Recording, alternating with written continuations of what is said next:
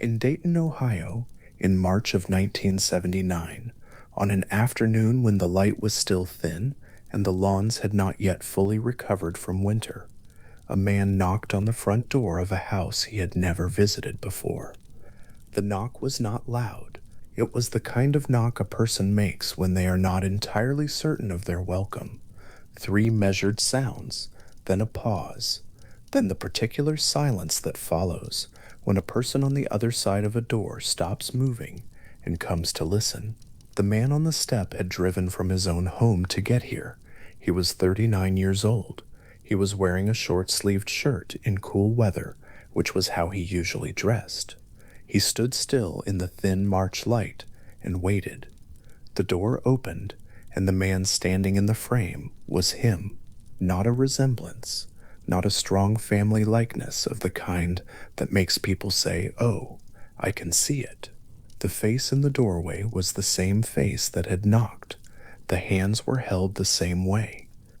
The angle of the shoulders, the particular way the weight had settled, the set of the mouth and the moment before it moved into something, it was all identical, and both men were quiet for a moment before either of them spoke. The man who had knocked was James Lewis. The man in the doorway was James Springer. They were identical twins, and they had not seen each other since the age of 4 weeks. James Arthur Springer and James Edward Lewis had been born on August 19th, 1939, in Piqua, Ohio. Their mother placed them for adoption as infants, and the process that followed separated them so completely that for the next 39 years, neither man knew the other was alive. They were raised by 2 different families in 2 different parts of Ohio, with no thread of contact between their households and no formal record that either family had been told about the other. The babies had gone in separate directions within weeks of their birth, carried into separate lives as if they had simply been 2 different people whose origins happened to be adjacent. James Lewis had grown up with the name he was given by his adoptive family. So had James Springer. Each man knew he was adopted. What James Lewis did not know, through his childhood and adolescence and early adulthood, was that somewhere in the same state there was a man with the same genetic material, the same face, the same hands, and, as it would eventually turn out, many of the same small habits and attachments that he had always assumed were simply his own. He had not wondered about it specifically. The absence of a twin brother is not a felt absence if the fact of the twins' existence has never been introduced. There was no gap he was aware of, no particular direction in which his wondering pointed. He lived his life. On the other side of Ohio, so did James Springer. It was Ohio adoption records that finally bridged them. James Lewis had been curious about his origins for some years, the ordinary curiosity of an adopted person with unanswered questions, and at some point in the 1970s, he began making inquiries. The process moved through forms and county offices, and the particular bureaucratic patience required to locate a person through the paper trail of a closed adoption. In the adoption records office, somewhere in the stack of forms and carbon copies and a clerk's careful notation, the information was there. James Lewis had been born a twin. His brother's name was James Springer. An address in Dayton could be obtained. The forms in that office had always contained this information. It had been there for nearly 40 years, available in principle, accessible to the right inquiry. The clerk who had made the original notation when the babies were separated had done their job correctly. The record was accurate. It was simply a record that neither man had known to look for, because neither man had been given reason to know it existed. The paperwork had held the connection in a kind of suspension, waiting in a filing drawer in the ordinary unhurried way of records that have not yet been asked for. James Lewis drove to Dayton with the address. He knocked on the door. James Springer opened it. The afternoon was quiet and pale and the front yard was still the flat brown of an Ohio lawn in early March, and the two men stood looking at each other in the particular way of two people confronting a fact that does not entirely fit any category they have previously needed. They were not strangers in any usual sense, because their faces were the same. They were not familiar to each other in any usual sense, because they had never met. The category available to them was twins, but twins who had shared a womb and nothing after it, whose entire conscious experience of the world had been acquired in complete separation, and who now stood on either side of a threshold that one of them had lived behind for years without knowing that arriving at it would feel like this. They talked for a long time that first afternoon, and as they talked, the details began to arrive. Both men had married twice. The pattern itself was unremarkable enough. Second marriages were common. Ohio was full of them, but James Lewis's first wife had been named Linda, and James Springer's first wife had also been named Linda. Each man's second wife was named Betty. This was the kind of thing that, taken alone, could be shelved under the broad heading of common names and statistical coincidence. Ohio had many Lindas in the 1960s. Ohio had many Bettys. But the names were the beginning of a longer list, not the end of one, and the list kept going. Both men had a son. James Lewis had named his firstborn son James Allen. James Springer had named his firstborn son James Allen. The names were the same, down to the choice of a family name carried through to the next generation, differing only in whether the middle name was spelled with one letter or two. Each man had made this choice in his own household, in the period of a new parent's private deliberation over what to write on a birth certificate. They had not spoken. There had been no letter, no phone call, no family gathering at which someone might have nudged one name over another. The middle name had arrived in each household separately, with only the single letter difference that might follow from two people independently writing down a name they had each carried in their heads as the right one. Both men had also named a pet dog Toy. This particular detail has a different texture than the names, because dogs are named by instinct more than by family tradition, and Toy is not a name that arrives from any obvious cultural source. It is not a name from a popular film or a common call that people give to dogs of a particular breed. It is a name a person gives a dog because it is the name that occurred to them, privately, in the context of their own household and their own feelings about the animal they had brought home. James Lewis's dog was named Toy. James Springer's dog was named Toy. Each dog had received that name in a house where the other dog did not exist, and the other household's habits were entirely unknown. At some point in his life, James Lewis had worked in law enforcement or security. So had James Springer. Both men had at various points picked up woodworking as a hobby. In the backyard of James Lewis's home, there was a white wooden bench that he had built himself. In the backyard of James Springer's home in Dayton, there was also a white wooden bench, built by the same hands in terms of genetic identity, if not in terms of physical location, in a yard that James Lewis had never visited, and from a plan that neither man had shared. The benches existed in their separate backyards in the ordinary way of objects whose construction has been completed, and whose purpose is now just to be there. Objects that do not know they are part of a pattern and do not need to. Both men drove Chevrolets. Both men smoked Salem cigarettes. Both men drank Miller Lite beer.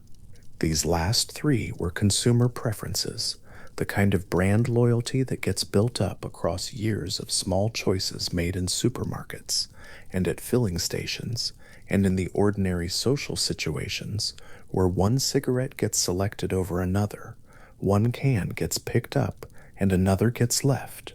The Chevrolet, the Salems, the Miller Lite, each of these represented a repeated choosing, over years of the same option among several available options by two men operating entirely independently of each other in different parts of Ohio. The conversation in Dayton on that March afternoon stretched long enough to produce more of these details than either man had arrived expecting.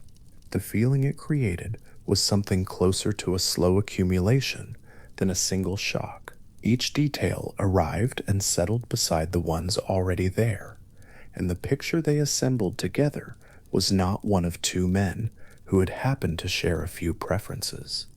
It was a picture of two lives that had been running on parallel tracks, without either life being aware of the parallel.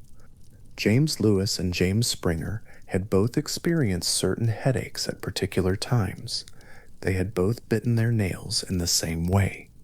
Their medical histories, when eventually examined, showed a similar pattern of minor ailments and the timing of certain conditions.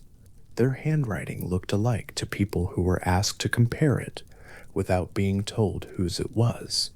When each man was asked separately to describe the kinds of things he liked, the overlaps were not occasional. They were consistent, the way a piece of music sounds consistent even in the parts you haven't heard before, because the intervals and the tendencies are already established. None of this had been known to any researcher when the two men met in Dayton. It was known only to them, and then gradually to the people around them as the story of the reunion began to circulate. The story was, by the standards of the regional press, remarkable, and it found its way into Ohio newspapers with the ordinary speed of a local story that has the kind of details people want to tell to other people. From there it spread, as stories do when they contain enough specificity to make them vivid and enough strangeness to make them worth passing on. In Minneapolis, Minnesota, in 1979, Thomas Bouchard Jr. was a professor at the University of Minnesota and a behavioral geneticist with a long-standing interest in what twin studies could reveal about the relative contributions of genes and environment to the formation of a human personality. He read about the reunion of the Jim twins in a newspaper. He read the article once, then set it down, then picked it up again. What the article described was, from the standpoint of behavioral genetics, not just a human interest story. It was a natural experiment of the kind that almost never presents itself with this degree of clarity. Identical twins reared apart were the gold standard of genetic research into human traits, precisely because they shared their entire genome while having been shaped by entirely separate environments. If two such twins showed convergences in their personalities, preferences, habits, and health, those convergences could not be attributed to shared upbringing because there had been no shared upbringing. The convergences pointed elsewhere, towards something the twins had carried with them into their separate lives from the beginning. Bouchard had been interested in this question as a theoretical matter. Now there were two men in Ohio who represented the question in its most concrete and living form. He picked up the telephone. The call reached James Lewis and James Springer, and the invitation that followed was for both men to travel to Minneapolis, where they would undergo a week of medical and psychological testing at the University of Minnesota. The testing would be thorough. Bouchard's team had been working on assessment protocols that covered a wide range of psychological and physiological dimensions: personality, cognition, interests, physical health, sensory characteristics, the particular configurations of mental habit that are difficult to observe in ordinary social interaction, but become visible under controlled conditions. The week was designed to generate data of a kind that no news article, however detailed, could provide.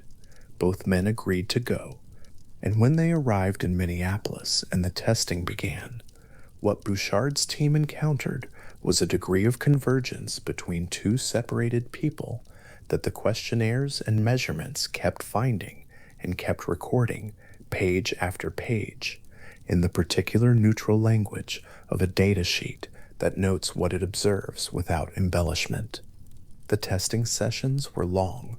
Each man sat at a table with questionnaires and psychological instruments and physical assessments, and the measurements accumulated across more than 50 hours of formal evaluation. 50 hours is a long time to be observed and tested, longer than most people spend in any kind of systematic self-examination in their entire lives. It is long enough to capture not just the obvious and surface-level similarities, but the subtler and more embedded ones. The patterns of response on personality inventories, the particular ways a person describes their own preferences, the micro-tendencies in physical reaction time and sensory threshold that are too small to notice in conversation, but large enough to register on an instrument. Bouchard's team kept notes. The notes grew. The pages accumulated on a desk in Minneapolis in a stack that represented something larger than two brothers getting to know each other late in life. What was beginning in that research suite was not a study of the Jim twins specifically. It was the inception of something that would eventually enroll more than 100 pairs of separated twins and become one of the most comprehensive investigations into the genetics of human behavior ever undertaken. The Jim twins had not been the first separated twins Bouchard had heard of, but they were the catalysts for a formal and sustained inquiry, the specific case that transformed a theoretical interest into a funded program and a clinical infrastructure. The testing notes from that first week in Minneapolis were, in that sense, the foundation of something. Not a single discovery, but a beginning, a set of measurements made on two brothers who had lived 39 years without each other and arrived in Minnesota to find that a large number of those years had moved in quiet parallel through preferences and habits and choices and the particular small architecture of daily life. As if the distance between them had not been a separation, but merely a gap between two versions of the same quiet, ongoing process. James Lewis and James Springer returned to Ohio after their week of testing. They had jobs to return to, households that had continued in their absence, the ordinary forward movement of adult lives that does not pause because something unusual has occurred. They had also, by that point, something they had not had a year before: knowledge of each other and the specific experience of having sat across a desk from a man who answered the same questions the same way, who reached for the same kind of cigarette during the breaks, and who had built in his own backyard, without knowing it, the same white bench that was sitting in theirs. The bench in James Lewis's backyard had been built from wood that Lewis himself had selected, cut and assembled into its current form according to a plan that existed only in his own hands. The bench in James Springer's backyard was the same in every functional sense: a white wooden bench, painted, sitting in the yard in the particular patient way of outdoor furniture that expects to be there for a long time. Neither bench had been built in awareness of the other. Each was simply the object that had resulted when a man with a woodworking habit, a preference for white paint, and a backyard decided to make something useful for it. The two benches continued to sit in their respective backyards after their owners had driven to Minneapolis and come home again. They did not know about each other in the way that objects do not know things. They sat in their yards as the Ohio spring advanced, as the grass came back in around them, as the paint held, and then slowly, over seasons, began to show the grain of the weather. They were specific objects in specific places, unremarkable in isolation, only remarkable in the context of there being two. Two things made separately by the same hands in different backyards, in the same state, in the same decade. as if the space between two people and the space between two objects could be measured by the same quiet instrument and come out to the same number. In the adoption records office, the forms that had contained James Lewis's name and James Springer's name and the notation connecting them were now a matter of history rather than a matter of use. The inquiry had been made, the record had served its purpose, and the clerk's careful notation had done what clerical notations are supposed to do. It had preserved a fact against the time when someone needed it. The carbon copies of those forms existed somewhere in the stack of a county filing system, maintaining their information in the dark and unhurried way of archived documents that do not need to be read to continue holding what they contain. The dogs named Toy, in their respective households, continued the small daily routines of dogs. The particular collapse onto a favored spot in the late afternoon when the house had quieted, the specific alertness that comes with the sound of a car in the drive, the way an old dog settles into the long sleep of the evening with the practiced ease of an animal that has decided long ago that sleep is one of the better things available to it. Neither dog knew it shared a name with another dog in another household somewhere in Ohio. Neither dog had any occasion to know this. The name Toy had been given and received and incorporated into the ordinary behavioral texture of each dog's life, and there it remained, a small fact embedded in two separate domestic worlds that had no knowledge of each other. Thomas Bouchard, in his office in Minneapolis, had begun assembling the material from the first week of testing into the early structure of what would become a formal scientific program. The notes were organized, the questionnaires were scored, the physiological measurements were entered. The 50-plus hours of data were beginning to take the shape of evidence, with all that evidence implies, the particular discipline of submitting an observation to a method, letting the method operate on the observation without predetermining the result, and then looking at what the method found and recording it in language that holds the findings steady while further findings accumulate. The desk in Minneapolis held, at this point in the early spring of 1979, the paperwork of two brothers' week-long examination. Pages of questionnaire responses, personality inventory scores, medical measurements, reaction time data, notes from clinical interviews, the quiet administrative product of 50 hours of careful attention to two men who had been born the same and then lived entirely apart. What the pages showed was continuing to be processed. The full implications would take years to work out, because the full implications required not just a single pair of twins, but many pairs, tested over many years, with data compared and correlated and subjected to the statistical analysis that transforms a remarkable story into a finding that can be examined, challenged, replicated, and in time understood. But the beginning was there. The pages were on the desk. The two men had returned to Ohio. The spring was continuing in its ordinary way across both states, greening the lawns and lengthening the afternoons, indifferent to the measurements being made in Minneapolis, and to the white benches sitting in their backyards, and to the two dogs sleeping in their separate houses with their identical names folded quietly into their ordinary lives.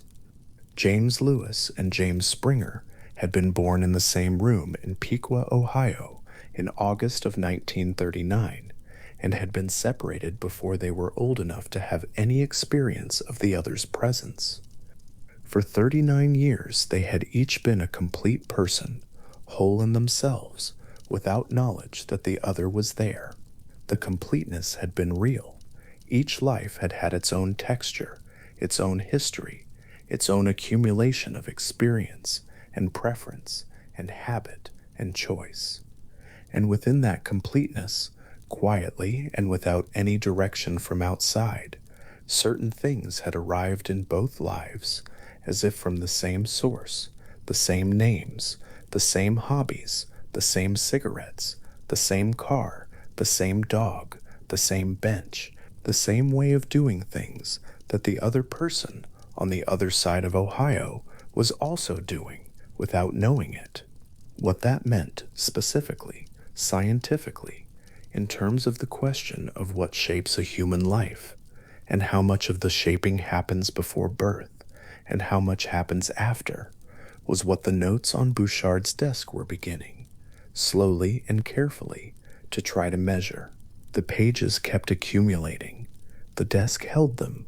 Outside the window in Minneapolis, the city continued in the particular way that cities do in early spring, when the cold has mostly passed and the streets are wet from recent rain, and people are beginning to leave their coats open and walk a little more slowly than they did a month ago. The testing suite was quiet in the evening after the participants had finished for the day. The instruments were set aside, the questionnaires were stacked, and the data sat in its folders, specific and considerable, and in some important sense, only just beginning to be understood. A testing room in Minneapolis holds a particular kind of quiet, not the quiet of an empty room, but the occupied quiet of a room where someone is concentrating, the soft mechanical presence of equipment, the hum of a building doing its work in the middle of a weekday, the small sounds a person makes when they are sitting still and trying to answer questions honestly. In the suite that Thomas Bouchard's team had arranged at the University of Minnesota, a participant sits at a table with electrodes placed at the temples, a questionnaire on the surface in front of them, and a week's worth of assessment still ahead. The chair is institutional, the lighting is fluorescent, and the person sitting in it has just met, for the first time in their adult life, someone who shares every cell of their genetic inheritance. The testing sessions ran for approximately 50 hours, spread across a week. That figure is worth holding for a moment, not as a number, but as a physical reality. 50 hours is longer than most people spend in conversation with a close friend across an entire year. It is long enough to fill a notebook, to fill several notebooks, to accumulate data on heartbeat intervals and brainwave patterns and reaction times and the specific way a person laughs at a cartoon they find moderately funny. Bouchard and his colleagues were not looking for one thing. They were gathering everything they could from every instrument they had on people who presented a scientific opportunity that almost never exists in nature. Two individuals with identical genetic material, shaped by entirely different lives, arriving in the same room with their histories intact. What made the study possible was something straightforward, if not exactly simple. The formal name was the Minnesota Study of Twins Reared Apart, and researchers came to know it by the acronym MISTRA. It launched in 1979, in the months following the first reunion that had reached Bouchard's attention, and it would continue enrolling participants for years, eventually gathering more than 137 pairs of twins and triplets who had been raised in separate households with no coordinated contact between their families. The data set that accumulated over the following decades was, in its particular field, one of the most comprehensive of its kind, not because the questions it asked were new, but because the sample it used to answer them was so rare and so carefully assembled.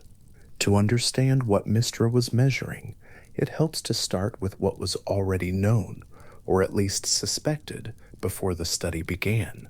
Researchers had long recognized that identical twins who develop from a single fertilized egg that divides early in development, and therefore share essentially their entire genetic sequence, tend to resemble each other more than fraternal twins, who develop from two separate eggs and share on average about half their genetic material, the same proportion as any pair of non-twin siblings. This pattern had been observed across dozens of traits: height, weight, the timing of puberty, certain aspects of temperament. The general principle was not in dispute. What remained harder to establish was how much of that resemblance came from shared genes and how much came from shared environments, the same household, the same parents, the same neighborhood, the same particular circumstances of growing up in proximity to each other. Twins raised apart could in principle separate those two contributions. If identical twins raised in completely different homes still resembled each other on some trait, that resemblance could not easily be attributed to the household they shared, because they had not shared one. Whatever they had in common would have to be traced to something they carried with them. Mistra was designed in part to find out how much that turned out to be. The answer, for major personality dimensions, came in around the figure of approximately 0.50. That is a correlation, a statistical measure of how consistently two things move together, and in the context of personality research, it is a substantial one. For traits like extroversion, the quality of being oriented outward toward other people and social engagement, and neuroticism, the tendency toward emotional reactivity and sensitivity to stress. Identical twins raised in separate households showed a correlation of roughly 1/2. Translated out of statistical language, that means that knowing the personality profile of one twin gave you considerable predictive power over the other twin's profile, even when those twins had spent their childhoods, and in many cases their entire adult lives, in entirely different homes, in different cities, with different parents, different schools, different experiences of the ordinary texture of a life. What made this figure particularly worth attending to was its relationship to another number. Identical twins raised together in the same household, twins who shared not just their genes, but also their parents, their dinner table, their Saturday mornings, and the particular emotional atmosphere of the home they grew up in, showed personality correlations of a similar magnitude. The shared environment of growing up in the same family, the thing that seemed most obviously powerful in shaping who a person became, appeared to add relatively little to the correlation that genes alone could account for. Two people with the same genes, raised in completely different circumstances, ended up nearly as similar as two people with the same genes who had grown up side by side. The household, with all its particularity and weight, was doing less of the work than most accounts of human development had assumed. A researcher's clipboard moving through the testing suite in Minneapolis carried a long list of what would eventually be measured: reaction times, blood pressure, dental patterns, EEG readings, which track the electrical activity at the surface of the brain, brainwave patterns during sleep, scores on standardized personality inventories, measures of cognitive flexibility and sustained attention. The full protocol was built to catch things that neither the participant nor the examiner might have thought to look for, because the whole enterprise depended on gathering broadly enough to find what was actually there, rather than what anyone had predicted. Among the things that were there, the findings on general cognitive ability drew particular attention. When the IQ scores of identical twins raised apart were examined, their correlation came in at approximately 0.75. The same measurement taken on identical twins raised together in the same home produced a correlation of roughly 0.86. Those two figures sit close together, close enough that the additional decades of shared life, the same textbooks and teachers, and family conversations and economic circumstances accounted for a difference of only about 11 correlation points. Fraternal twins raised apart meanwhile showed IQ correlations in the range of 0.35 to 0.40. Fraternal twins raised together showed correlations in a similar range. Shared upbringing appeared to contribute less to cognitive resemblance than shared genetic inheritance did, and the pattern held whether the twins in question had grown up in the same house or on opposite sides of the country. These were not numbers that resolved every question they raised. They were numbers that opened new ones. If growing up together adds relatively little to the resemblance between two people with the same genes, what does that mean for the enormous weight that theories of development have tended to place on the particular quality of a childhood home? The answer that gradually emerged from the data was not a clean or simple one, but it pointed in a consistent direction. The environment that shapes who a person becomes may not be primarily the shared environment of the family household, but rather the particular individual, non-shared experiences each person has, the specific friends they make, the specific teachers they encounter, the specific small moments that accumulate into a particular life, rather than a general one. That distinction between shared environments and non-shared ones became one of the more useful conceptual tools to emerge from the behavioral genetics literature of this period. Two children growing up in the same house are in some important sense living in different environments. They occupy different positions in the family. They have different peer groups outside the home. They respond to the same parenting differently, depending on the temperaments they bring to those interactions. The house is shared, but the experience of the house is not identical, and it is the individual experience, the non-shared part, that the data kept pointing toward as the environment that leaves the deeper mark. Thomas Bouchard sat with a great deal of this data accumulating on his desk across the years of the study's operation. The picture that built up over time was not a simple one, and the conclusions he and his colleagues drew were offered with the careful qualification that heritability estimates describe populations, not individuals, and that they describe the extent to which genetic differences account for trait differences within a particular population at a particular time in a particular range of environments. They are not predictions about any single person. They are not statements about what any one life will contain.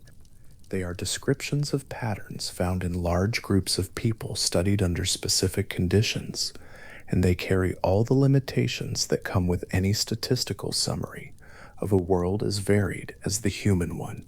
What the behavioral geneticist Robert Plowman and his colleagues added to this picture over several decades of longitudinal work was a finding that complicated even the preliminary sense of how heritability operated.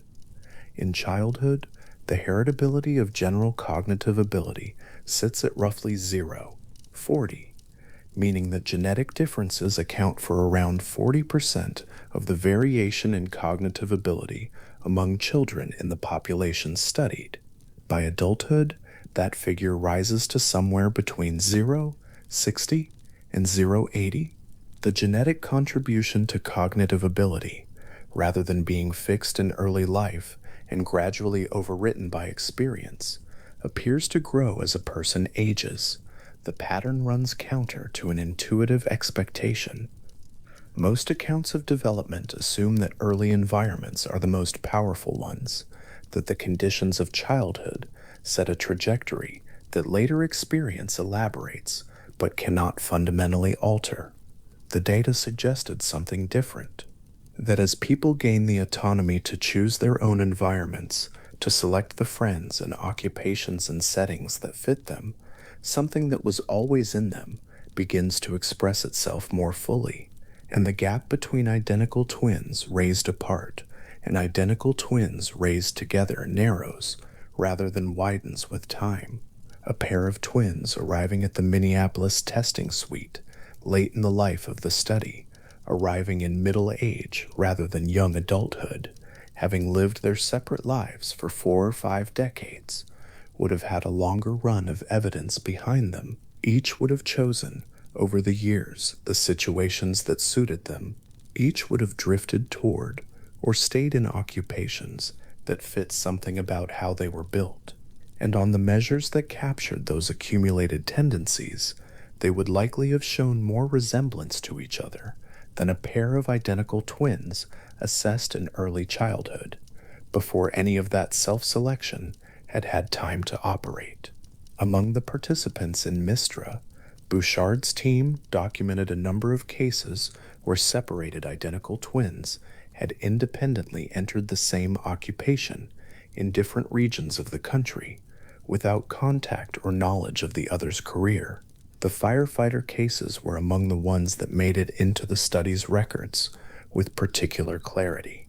Two men, raised in separate families in different states, had each found their way to a fire station, each describing what they called an innate sense of fit, not a considered choice arrived at through deliberate reflection, but something closer to a recognition that this was where they belonged.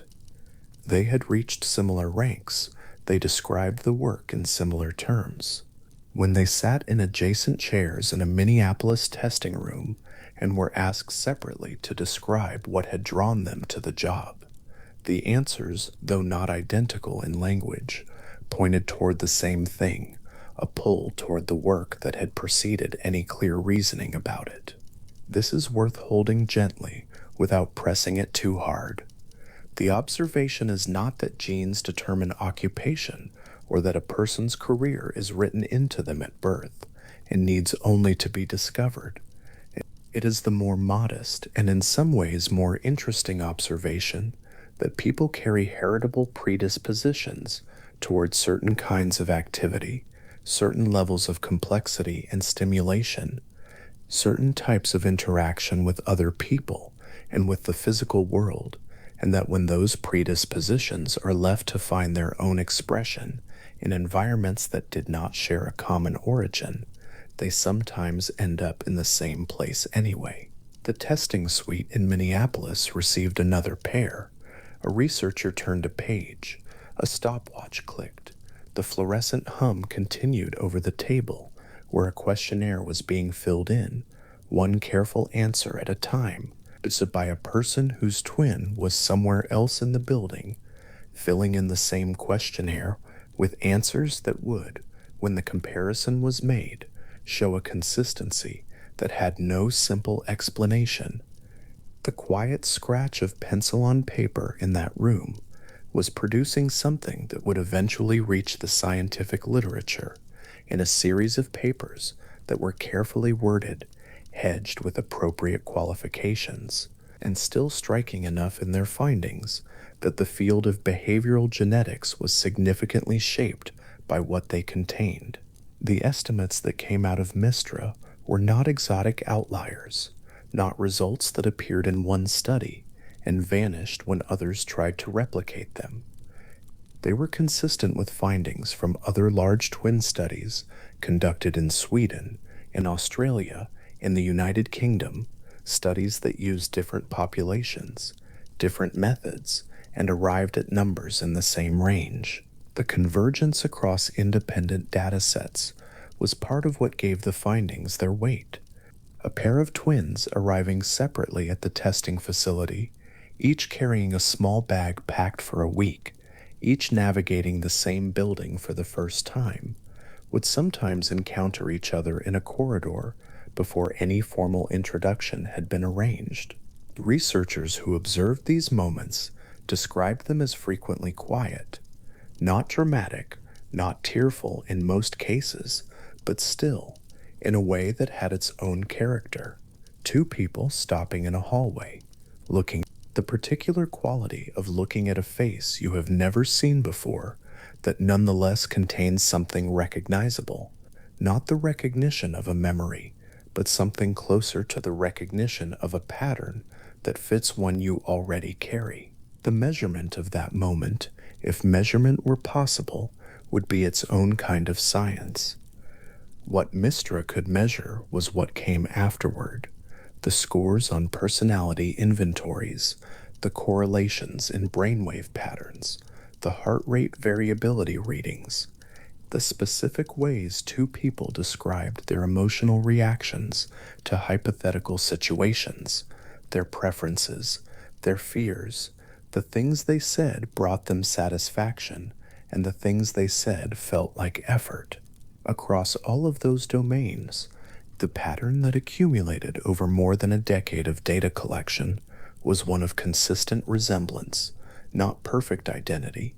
Never that, but a resemblance that held across measures and across pairs to a degree that the environments each person had lived in could not, by themselves, account for.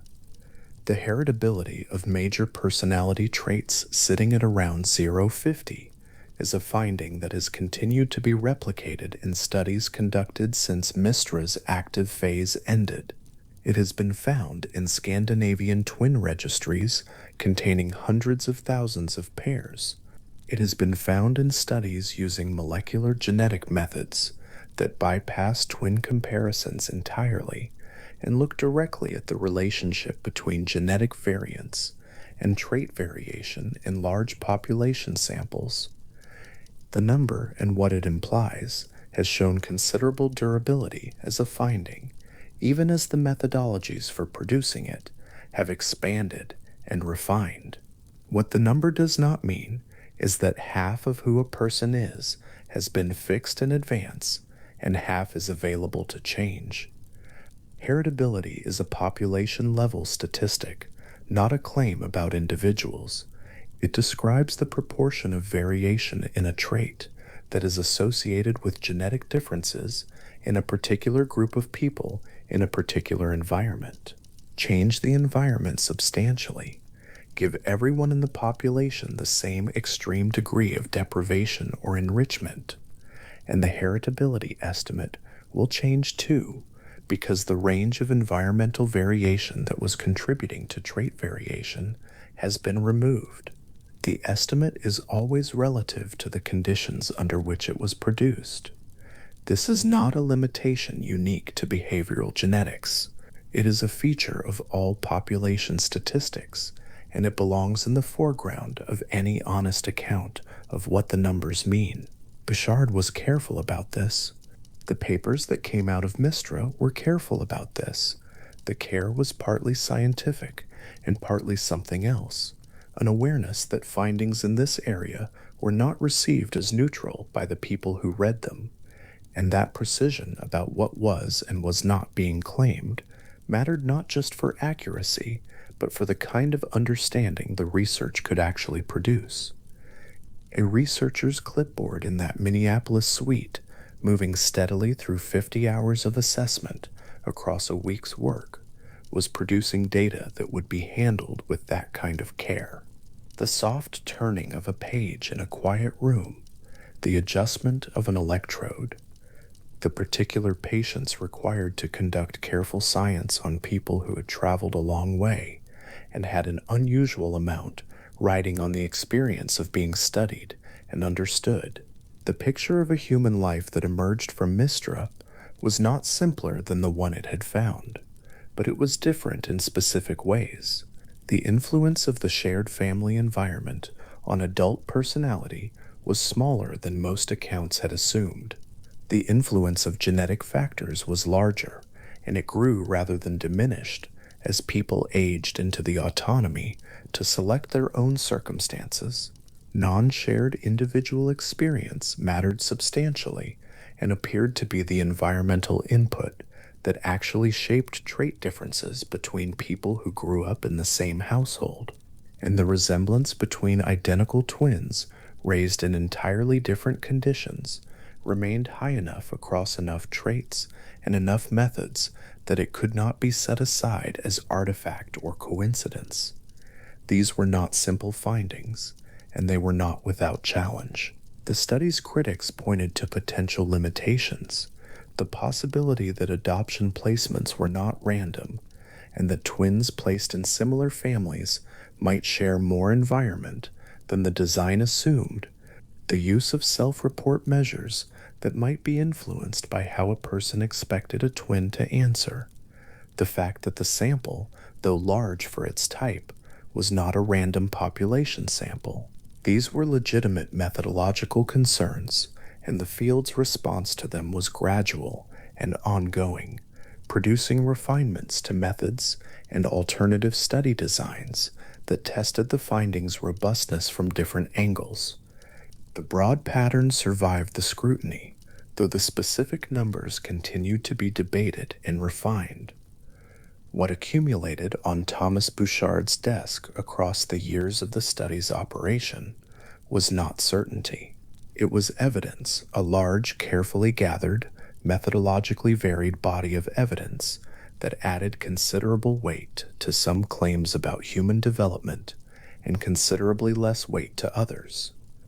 The pages of testing notes, the correlations, the case records, the longitudinal data on pairs followed across decades, all of it accumulated in the particular way that scientific evidence does, through the slow piling up of specific measurements taken one careful assessment at a time. A graph of the IQ correlations would show two lines moving in close parallel. The line for identical twins, reared apart, running slightly below the line for identical twins reared together. The gap between them, smaller than almost anyone had predicted before the data were gathered. Not touching, not identical, but close enough together that the space between them represented, in some concrete sense, the contribution of a shared childhood to the cognitive resemblance of two people who would have resembled each other a great deal, regardless. That gap, the distance between the two lines, was one of the study's quieter findings, a measurement of something that had been assumed to be very large, found to be smaller than expected, its actual size now recorded and available for others to examine. The fluorescent room in Minneapolis fell quiet at the end of a testing day. Somewhere in the building, a participant was making a phone call, or eating a meal, or sitting with the particular tiredness of a person who has answered questions for many hours. Their twin in the same building was doing something similar. In the morning, the assessment would continue. More questionnaires, more instruments, more careful accumulation of specific numbers from specific people who had agreed to be measured because something about their story and the questions it raised seemed worth the effort of finding out. What the researchers were working toward, without ever quite arriving at a clean final answer, was a clearer account of how a human being becomes who they are. Not the whole answer to that question. No study of any size could provide that, but a better calibrated sense of which factors carry more weight than had been assumed, and which carry less, and what the relationship between a person's genetic endowment and the particular history they accumulate over a lifetime actually looks like when measured with precision rather than assumed from general principles. The numbers on those pages, the heritability estimates sitting quietly on graphs that had been produced from hundreds of careful measurements across a decade and more of work, were not dramatic. They did not announce anything. They sat in the columns of papers published in journals, and they were cited and extended and contested and refined, and the picture they contributed to continued to develop in the years after the study's most active phase, with new methods and larger samples and different populations producing findings that were broadly consistent with what the Minneapolis testing suite had found, adjusted and qualified and extended by everything the field had learned since. The closer researchers looked at what separated people who shared the same genes actually had in common, across more and more pairs, measured on more and more traits, in more and more independent studies. The more the numbers, quiet and specific and patient as numbers tend to be, pointed in the same direction, not toward a single simple conclusion, but toward a set of consistent patterns that genetic factors account for more of who a person becomes than most theories of development had made room for, that shared family environment accounts for less, and that the individual, non-shared, particular texture of a life matters enormously in ways that are distinct from either of the others. Three contributions to a person, not two, not one, each doing its own work in the making of a human being, the proportions varying by trait and context and population, the full accounting still incomplete, the lines on the graph still carrying their particular quiet significance in the accumulated record of what careful measurement, conducted with patience and precision over many years, managed to find. In the corridor of a research building in Minneapolis, on a morning in the early 1980s, a man walked through a glass door carrying a small canvas bag and looked up to find another man, standing 12 feet away, who was also carrying a small canvas bag and who had also just walked through a door. The two men had been born in the same place on the same day and had not seen each other since they were infants. What happened in the next few seconds, as each of them took in the other's face, the other's posture, the particular way the other held the strap of the bag, was not recorded in the formal sense. What was recorded came later, over several days of careful testing, in the notes a researcher made each time the two men, sitting separately in adjoining rooms, produced the same answer to the same question, without having had any opportunity to discuss it. The Minneapolis testing facility processed a great many pairs of separated twins across the years of the study. Each pair arrived carrying their own version of that corridor moment. Each pair brought with them a lifetime of separation and a small overnight bag and a set of traits and habits that had developed, as far as anyone could tell, in complete independence from one another. What the researchers were looking for, each time a new pair walked through the door, was not simply similarity. They were looking for the texture of it, the degree, the particular fine grain of two lives that had run in parallel without ever knowing about the other. Not every pair produced a list of overlapping details as long and precise as some. Some pairs showed broad similarities of temperament and not much else. Some produced one or two correspondences, so specific that the researchers noted them with care and then turned the page and moved on to the next measurement. The accumulation was the point. One pair was interesting. Dozens of pairs tested in the same controlled conditions over many years began to produce something that felt less like coincidence and more like a consistent direction. Oscar Storr arrived at the Minneapolis facility dressed neatly, with his hair combed in a particular way, carrying himself with a quiet formality that was simply part of how he moved through a room. Jack Yuffie arrived separately, from a different gate, from a different country, dressed differently, carrying himself differently in the larger sense of having grown up in a different part of the world entirely. The two men were identical twins. They had been born in Trinidad in 1933, and their lives after early infancy had taken directions that could hardly have been more unlike. Oscar had been raised in Germany and had grown up within the structures of the Hitler Youth. Jack had been raised in Trinidad and later in Israel and had grown up identifying as Jewish. The distance between those two upbringings, in cultural terms, in political terms, in terms of the stories each man had been told about who the world's people were and what they owed each other, was very nearly as wide as a distance could be.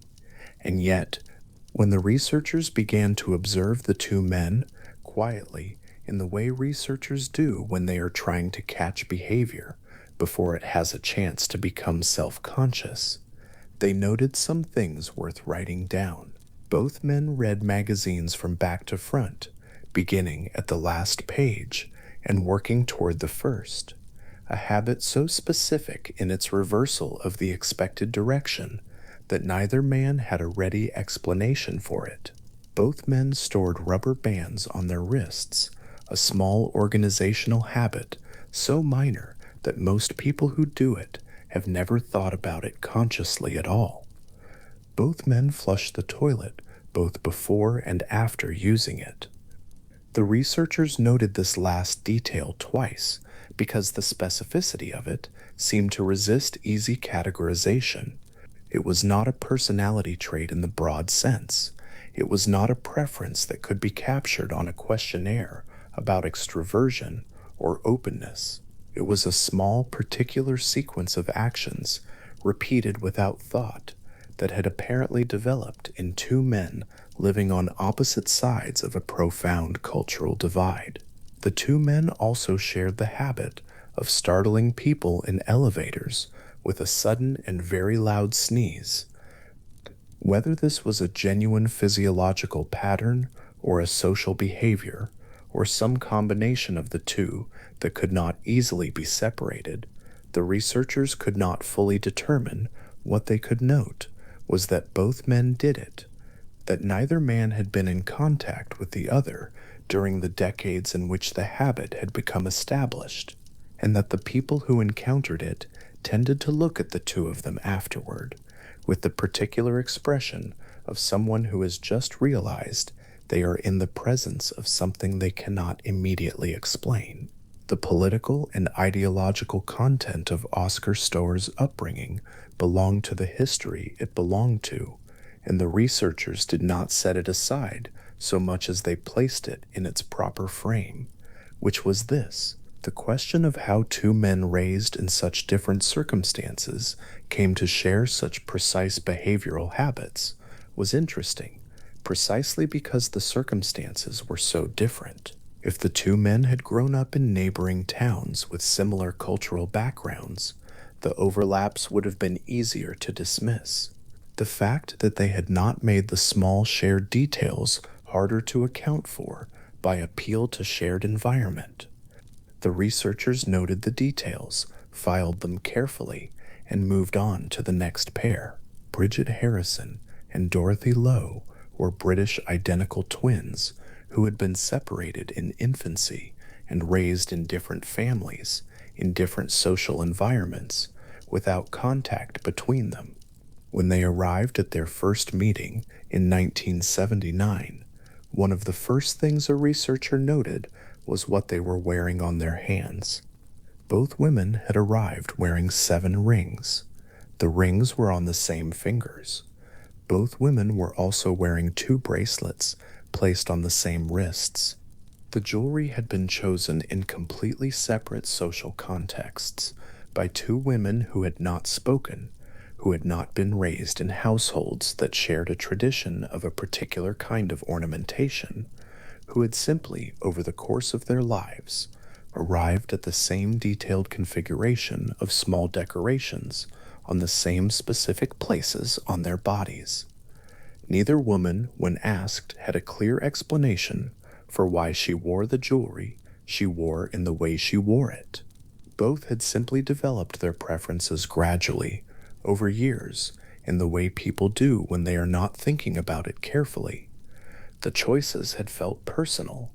They had felt expressive of something specific to who each woman was. And it turned out that what they were expressing in the specific arrangement of 7 rings on the same fingers and 2 bracelets on the same wrists was something they held in common with a stranger they had not yet met. The particular detail worth sitting with is not the total number of rings, though the number is precise enough. It is the distribution.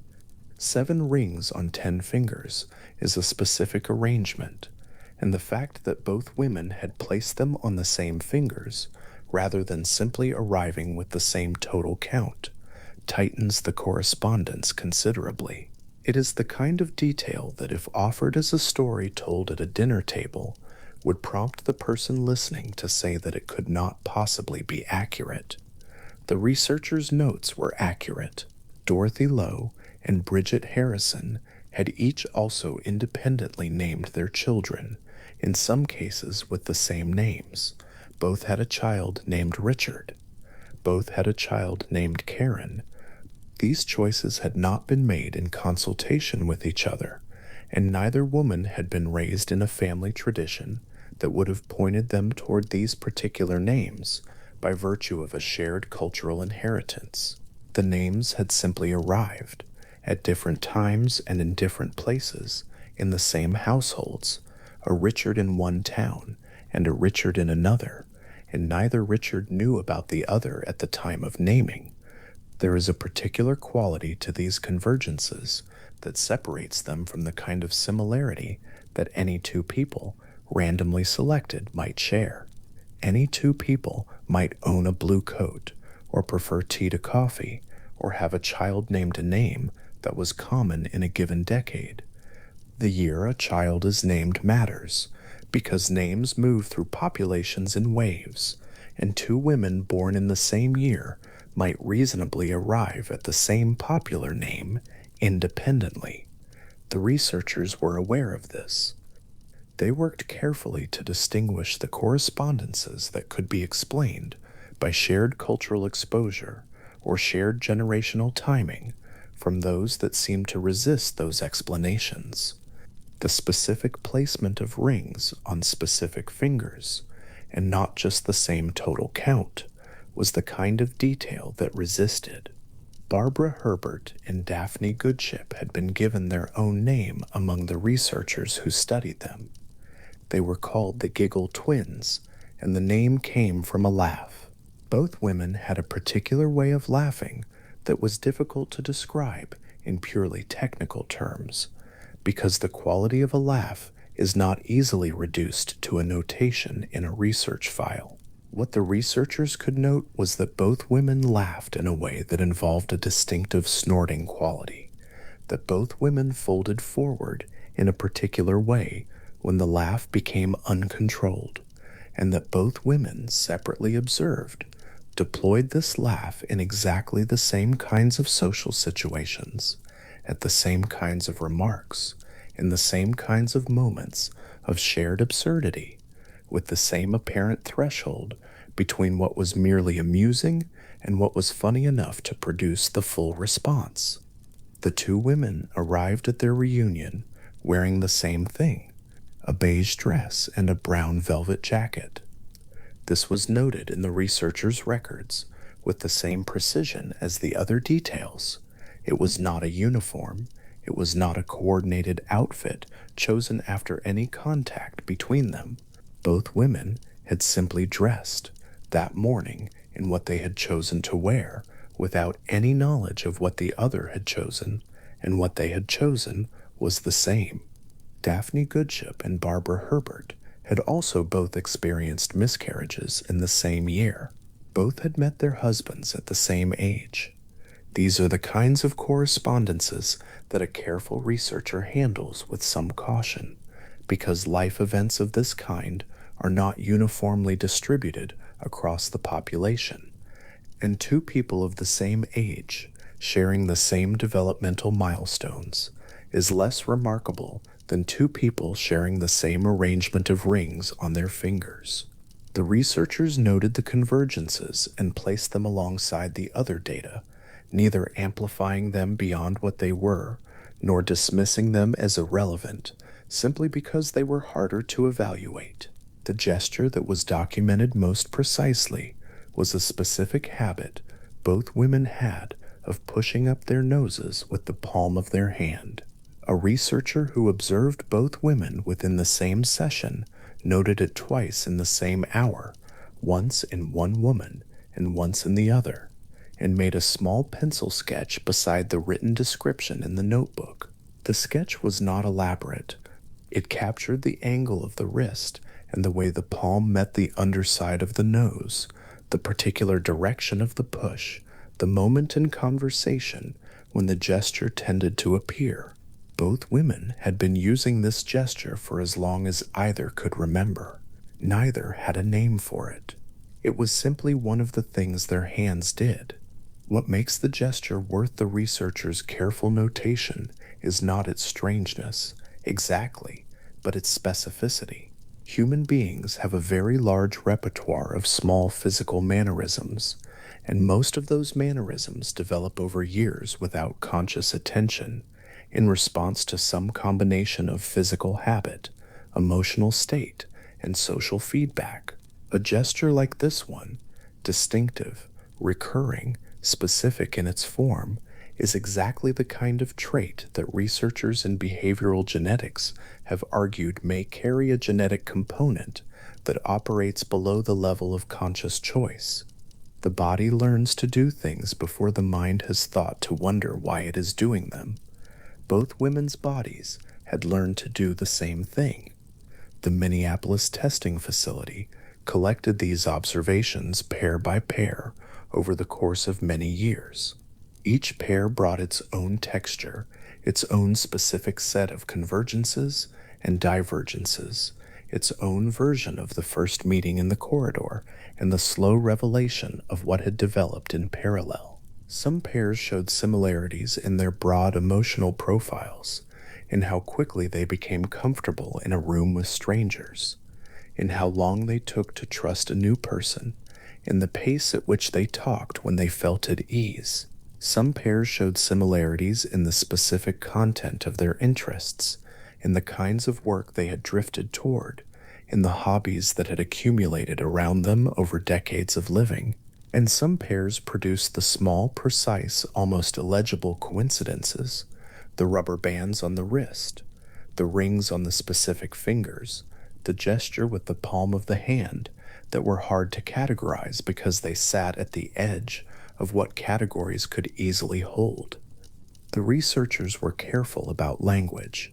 They used words like documented and observed rather than words that implied explanation. They noted what they saw and measured what they could measure and were honest about what they could not measure. The palm-to-nose gesture could be sketched but not fully quantified. The quality of the Giggle twins' laugh could be described but not wholly captured. The experience of two people sitting across a table from each other and slowly recognizing that the person opposite had somehow arrived at the same place by a different road.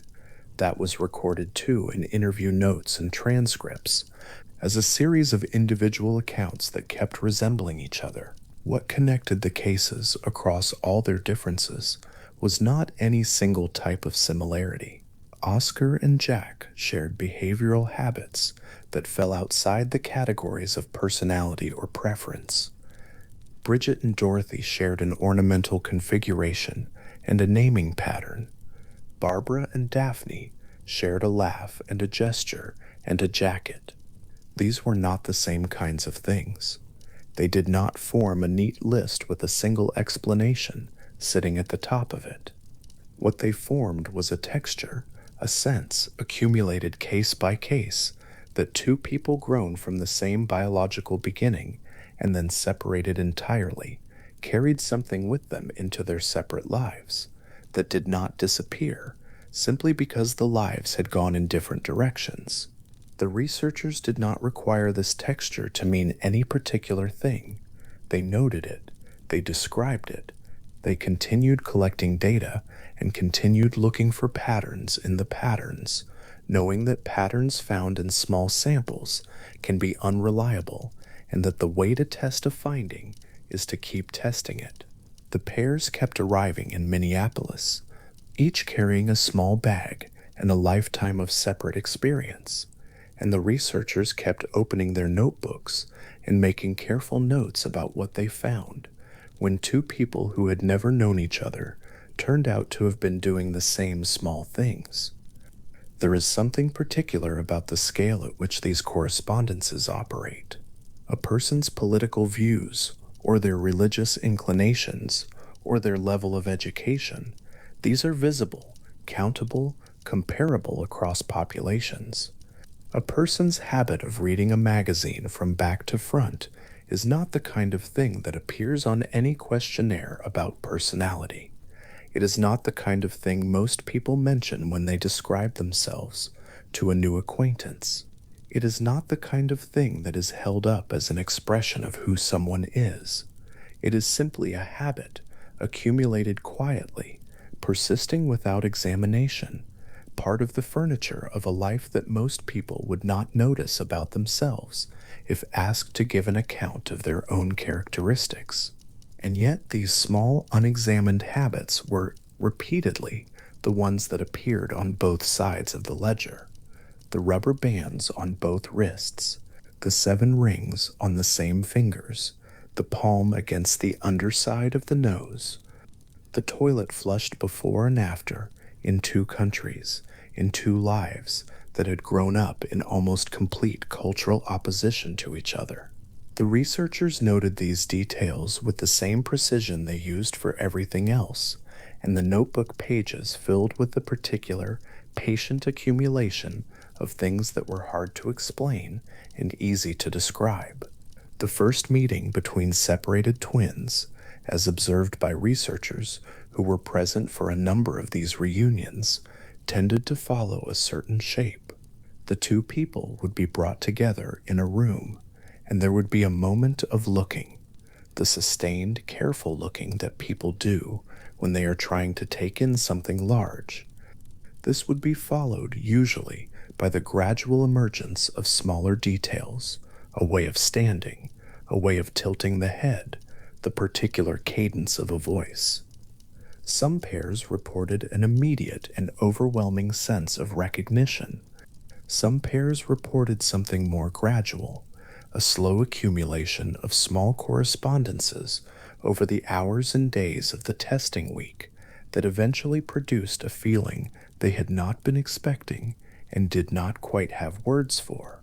The Giggle Twins reunion produced the laugh almost immediately, as accounts of their first meeting suggest. 2 women in the same outfit, sitting across from each other, one of them saying something, and then the other one beginning to laugh in a particular way, and then the first one joining the same laugh, the snort and the forward fold arriving together, the laugh completing itself in 2 bodies that had learned it separately, in different rooms in different cities, over the course of entirely separate lives. Bridget Harrison and Dorothy Lowe, by accounts of those present, spent some time looking at their hands. The researchers' notes record this as a quiet and attentive moment rather than a dramatic one.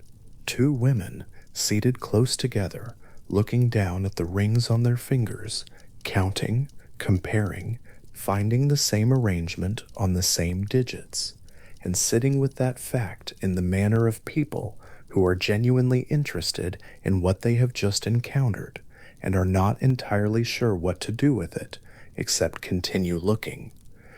Oscar Storr and Jack Yufei, whose reunion came with the added weight of knowing how different their lives had been, arrived at their correspondences more slowly, in the gradual way of 2 people who were each holding something complex and proceeding with care. The behavioral habits that the researchers noted, the magazines, the rubber bands, the elaborate toilet ritual, the elevator sneezes, were not the first things visible. They accumulated over the testing week, noted in session after session by observers who were watching closely but trying not to let their watching become intrusive. None of the pairs who came through the Minneapolis facility had been asked to prepare for what they would find. They had been told what the study was, and they had agreed to participate, but they had not been told what specific kinds of similarities the researchers were looking for. This was by design. The researchers were trying to observe what emerged naturally, without the pairs performing convergences they thought were expected of them. The correspondences that appeared were, in the formal language of the study, spontaneous. They had not been solicited. They had simply arrived. The notepad on which the palm-to-nose gesture was sketched in pencil sat on a desk in Minneapolis for some time after the session in which it was drawn. The sketch itself was small, just a few lines indicating the angle of the wrist and the flat of the palm meeting the nose. the head tilted slightly back in the moment of the gesture. Beside it in the notebook, the researcher had written the observation twice, once for each woman, noting the approximate time in the session when the gesture had appeared and the conversational context in which it had occurred. Both entries described the same moment type: a pause in speech, a mild social hesitation, a beat before a remark of some kind, and then the hand moving up to the nose in the same specific way. The notebook was not the only place this detail was recorded. It appeared in the formal documentation of the session and eventually in the larger data set that accumulated across all the pairs who came through the facility over the years of the study. In that larger data set, the palm-to-nose gesture was one item among many thousands. But the notebook sketch had a particularity that the formal data set did not, because it had been drawn in the moment, by hand, by someone who had watched the gesture twice within an hour and found it precise enough to need a picture. It is worth thinking about what it means that the gesture was so specific. A general category like fidgeting is common enough that finding it in two people proves very little. But a specific form of fidgeting, with a specific part of the hand meeting a specific part of the face in a specific social context, appearing in both members of a separated pair within the same testing session, that is different in kind, not just in degree.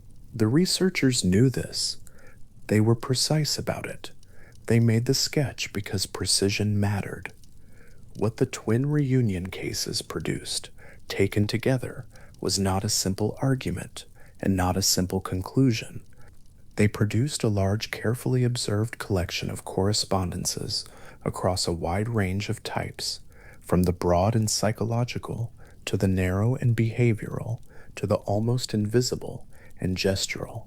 The researchers placed these correspondences alongside the statistical findings and the longitudinal data and the questionnaire results, and let the whole picture sit together on the desk without forcing it into a neater shape than it actually had.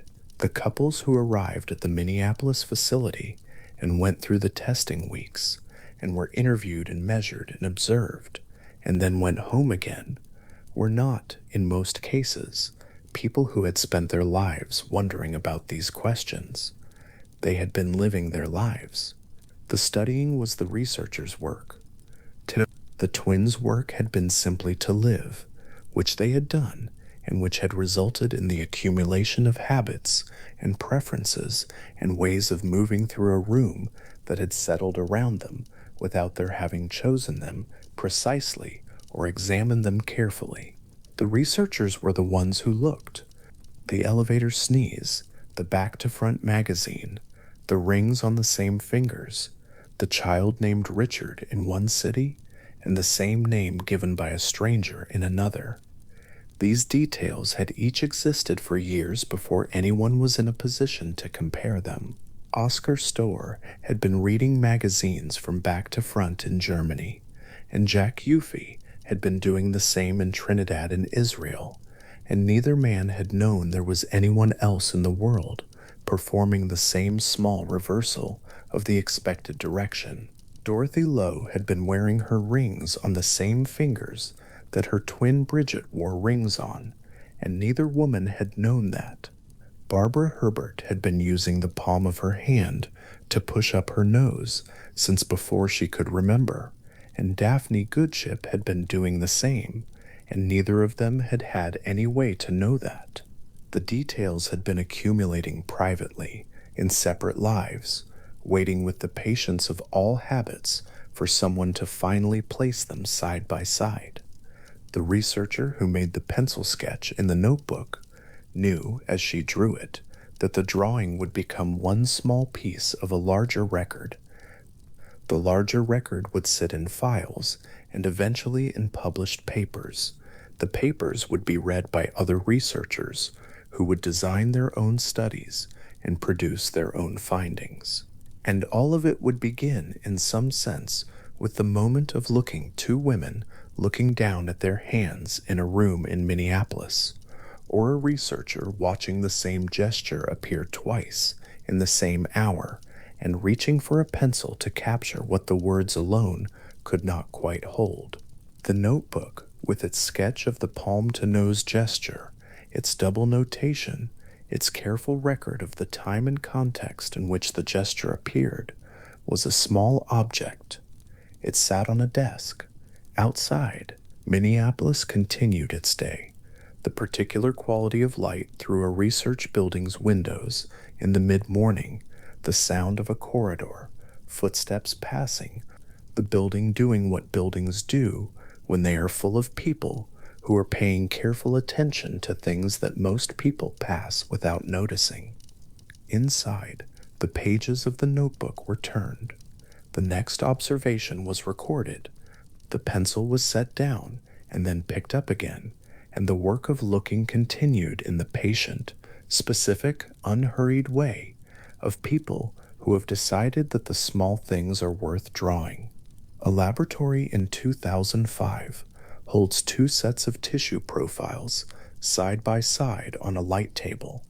The profiles glow faintly from beneath, pale rectangles marked with bands and spots of varying density, and to a trained eye, the difference between the two sets is immediately visible. The first pair, drawn from twins in their early 20s, shows patterns so similar that a researcher might check the labeling twice to confirm they came from two separate people.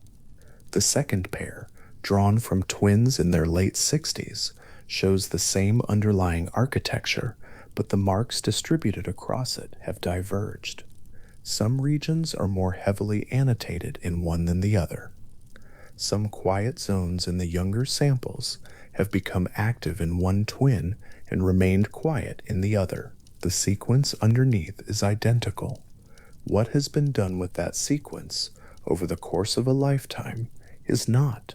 This is the study that Fraga and colleagues published in the Proceedings of the National Academy of Sciences in 2005, and what it found was a picture of change accumulating at the level below the gene, not changes to the DNA itself, which remained a perfect copy between identical twins, but changes to the system of marks that sits on top of the DNA and regulates how it is read.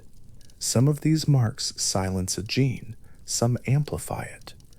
Together they constitute a kind of annotation layer. The genome as printed text, the epigenome as the record of everything that has been underlined, crossed out, or written in the margin since. In young twins, the two annotation layers are nearly the same. In old twins, particularly those who had spent the majority of their lives apart from each other, they had grown substantially different. The same sheet of music, as it were, but by the time the two players had been performing separately for several decades, each had acquired a distinct set of penciled notes. What made the finding particularly precise was that the degree of divergence tracked with the amount of time the twins had spent apart. Twins who had lived together longer showed more similar epigenetic profiles.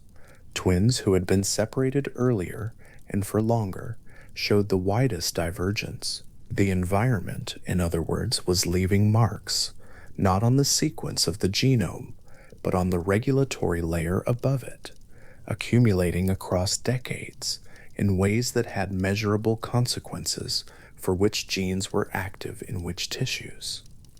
This is not a metaphor for influence.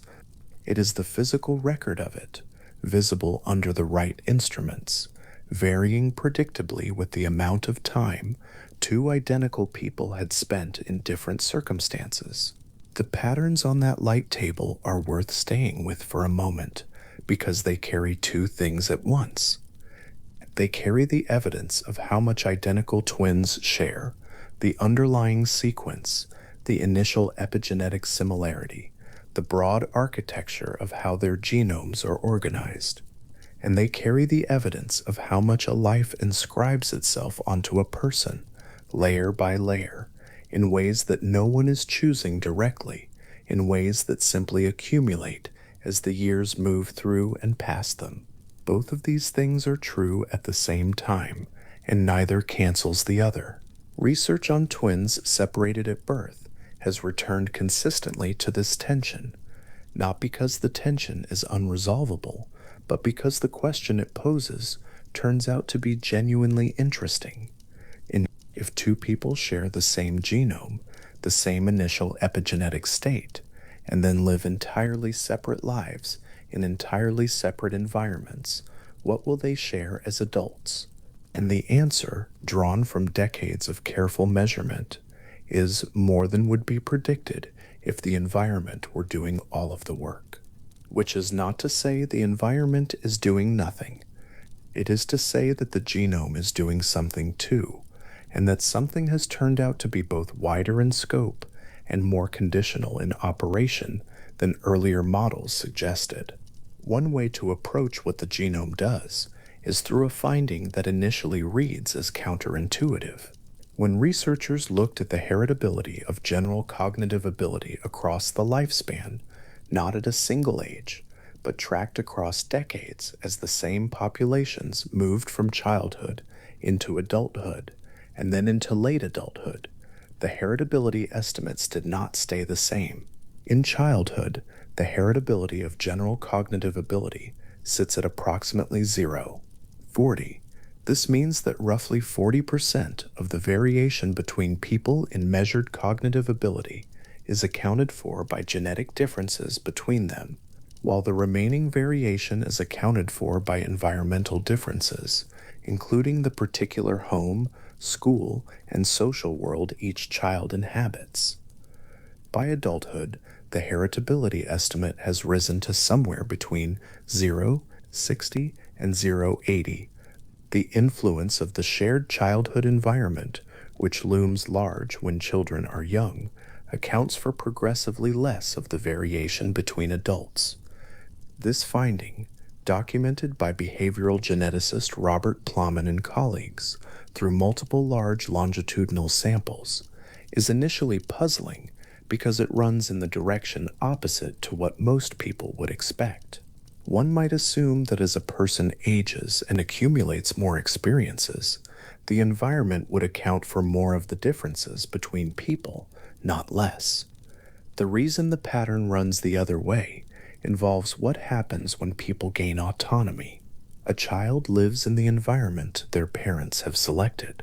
They attend the schools their family can access. Their reading material, their social group, their weekend activities are substantially determined by circumstances outside their own choosing. An adult selects their own environment. They choose within the constraints available to them, the jobs they pursue, the neighborhoods they inhabit, the social worlds they move in, the books they pick up, the hobbies they return to. And those choices, it turns out, are not random. They tend to move in directions consistent with the person's innate dispositions, the predispositions they carried with them long before they had the freedom to act on them. What this produces across a population of twins is a convergence visible in the data as adults express their genetic predispositions more fully than children could. The environments adults build around themselves are partly expressions of who they were going to be. Not entirely, and not without the friction and opportunity and accident that any real life contains, but substantially enough that a signal appears in the numbers, and the signal strengthens across the decades. A specific example of this pattern sits in the findings on job satisfaction published in 1993 by Leakin, Bouchard, Maguey, and Tellegen in the Journal of Personality and Social Psychology. The study asked how similar identical twins reared apart were in their job satisfaction, not in their jobs themselves, but in the degree to which they found their work satisfying. What it found was that identical twins reared apart showed more similar levels of job satisfaction than fraternal twins raised together in the same household. Someone reading that for the first time might turn back to the sentence to check it. Twins raised in different families who had never shared a dinner table, or a school, or a Sunday morning, were more similar in how much they liked their work than twins who had grown up in the same home with the same parents and the same set of shared experiences. The difference in the fraternal pair's similarity reflects the genetic difference between them. The difference between the identical pairs, those raised apart more similar than the fraternals raised together, reflects the degree to which job satisfaction is tracking something heritable that the environment of a shared childhood cannot fully replicate. A printed version of the study, lying open at the relevant table, has the correlation figures highlighted in pencil. In the margin, someone has written simply, "more similar apart than fraternal together." What this points toward is the question of what satisfaction in work actually measures. Job satisfaction is not a single thing. It is a composite reading of how well the demands and rewards and social texture of a particular role fit the person filling it, their preferred level of stimulation, their tolerance for routine, their need for social interaction, their relationship to complexity and ambiguity, the kind of recognition that feels meaningful to them. When these features of a role align with the features of a person, something settles. The work feels like the right shape. When they do not align, even work that is objectively reasonable and well compensated can produce a low, persistent sense of friction, a feeling that the fit is slightly wrong without being entirely clear about why. What the twin data suggests is that these preferences for stimulation level, for social density, for complexity, for autonomy, for the particular texture of a working day are substantially heritable. Broad vocational interest dimensions, measured across large twin samples, show heritability estimates in the range of 0, 36 to 0, 54, depending on the domain. These are not small numbers.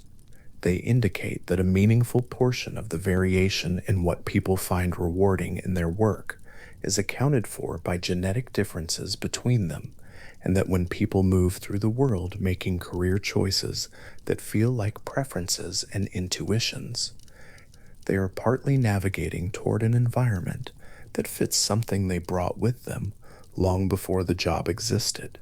This does not mean the job was always going to be the one they found. The specific occupation any person ends up in is a function of what is available to them, what their circumstances opened or foreclosed, which particular doors they happen to walk through, at which particular moments, in which particular economies. The heritable element is not the specific destination, but the general pull, the direction in which a person finds themselves consistently drawn when given enough freedom to move, the texture of work that reliably feels like a fit rather than a friction. Two people with similar heritable dispositions, placed in entirely different social and economic contexts, might end up in quite different occupations and yet describe their satisfaction with their work in nearly identical terms, because the features of the work that satisfy them are expressions of the same underlying preferences, finding whatever outlet the circumstances made available.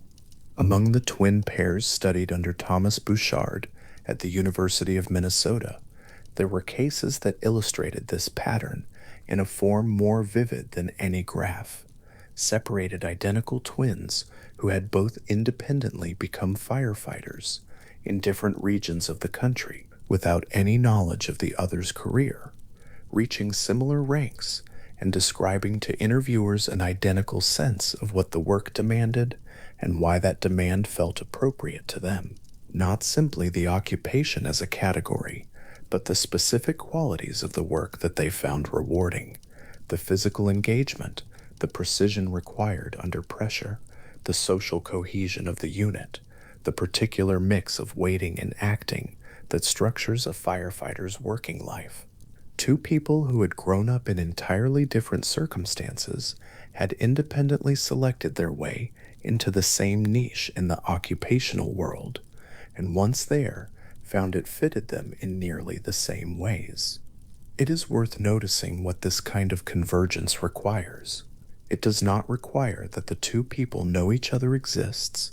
It does not require any communication, any shared influence, any common social environment after infancy.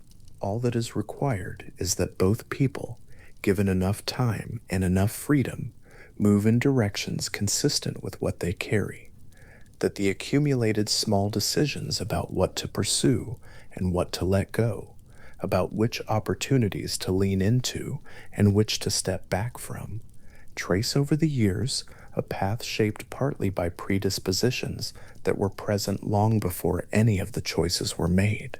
The epigenetic research and the behavioral genetics research sit in an interesting relationship here. The epigenetic findings show that two identical people, placed in different environments, will diverge at the level below the gene, that the annotation layer of the genome will be differently marked by different lives, and that this divergence increases over time. The behavioral genetics findings show that two identical people, placed in different environments, will converge at the level of expressed preference and disposition, that the traits and satisfactions and interests they express will grow more similar as they gain the autonomy to act on their predispositions. These two findings do not contradict each other. They describe different layers of the same system. The epigenome is being differently shaped by different circumstances, while the behavioral dispositions those circumstances cannot fully override are still finding expression in the choices being made. A life is not a single thing with a single level at which it can be read. A study from 2003, published in Science by Caspi and colleagues, made the conditional nature of genetic influence unusually precise. The study focused on a gene that codes for the serotonin transporter, a protein involved in how the brain handles serotonin, one of the neurochemical systems relevant to mood regulation and stress response. The gene comes in variants, and one variant, the short allele of the 5-HTTLPR, had been associated in earlier work with heightened sensitivity to stress. What the Caspi study examined was whether having this variant predicted depression. The answer turned out to be not exactly. Having the variant alone did not substantially raise the rate of depression. What substantially raised the rate of depression was having the variant and experiencing a significant number of stressful life events. Individuals with the long allele, the variant associated with less serotonin transporter sensitivity, showed much lower rates of depression even when exposed to similar numbers of stressful events. The same genetic variant, in other words, expressed itself differently depending on what the environment was doing. The genetic risk operated conditionally, as a sensitivity rather than a sentence. This finding opened a considerable amount of subsequent research into what behavioral geneticists call gene-environment interaction, the way genetic predispositions and environmental circumstances function not as two separate inputs being added together, but as a system in which each modifies the effect of the other. A predisposition toward anxiety, for instance, might produce quite different behavioral outcomes in an environment that is consistently safe and predictable than in one that is consistently uncertain and threatening. A predisposition towards social engagement might express itself as warmth and gregariousness in an environment that rewards it, and differently in an environment that does not. The genome does not operate in isolation from what is happening around it, and neither does the environment operate without shaping and being shaped by the dispositions of the people moving through it. What researchers arrived at across these decades of work is a picture of development as something more like a conversation than a program. The genome contributes, the environment contributes. What the epigenome records is the history of that conversation as it has been conducted in this particular person's particular life.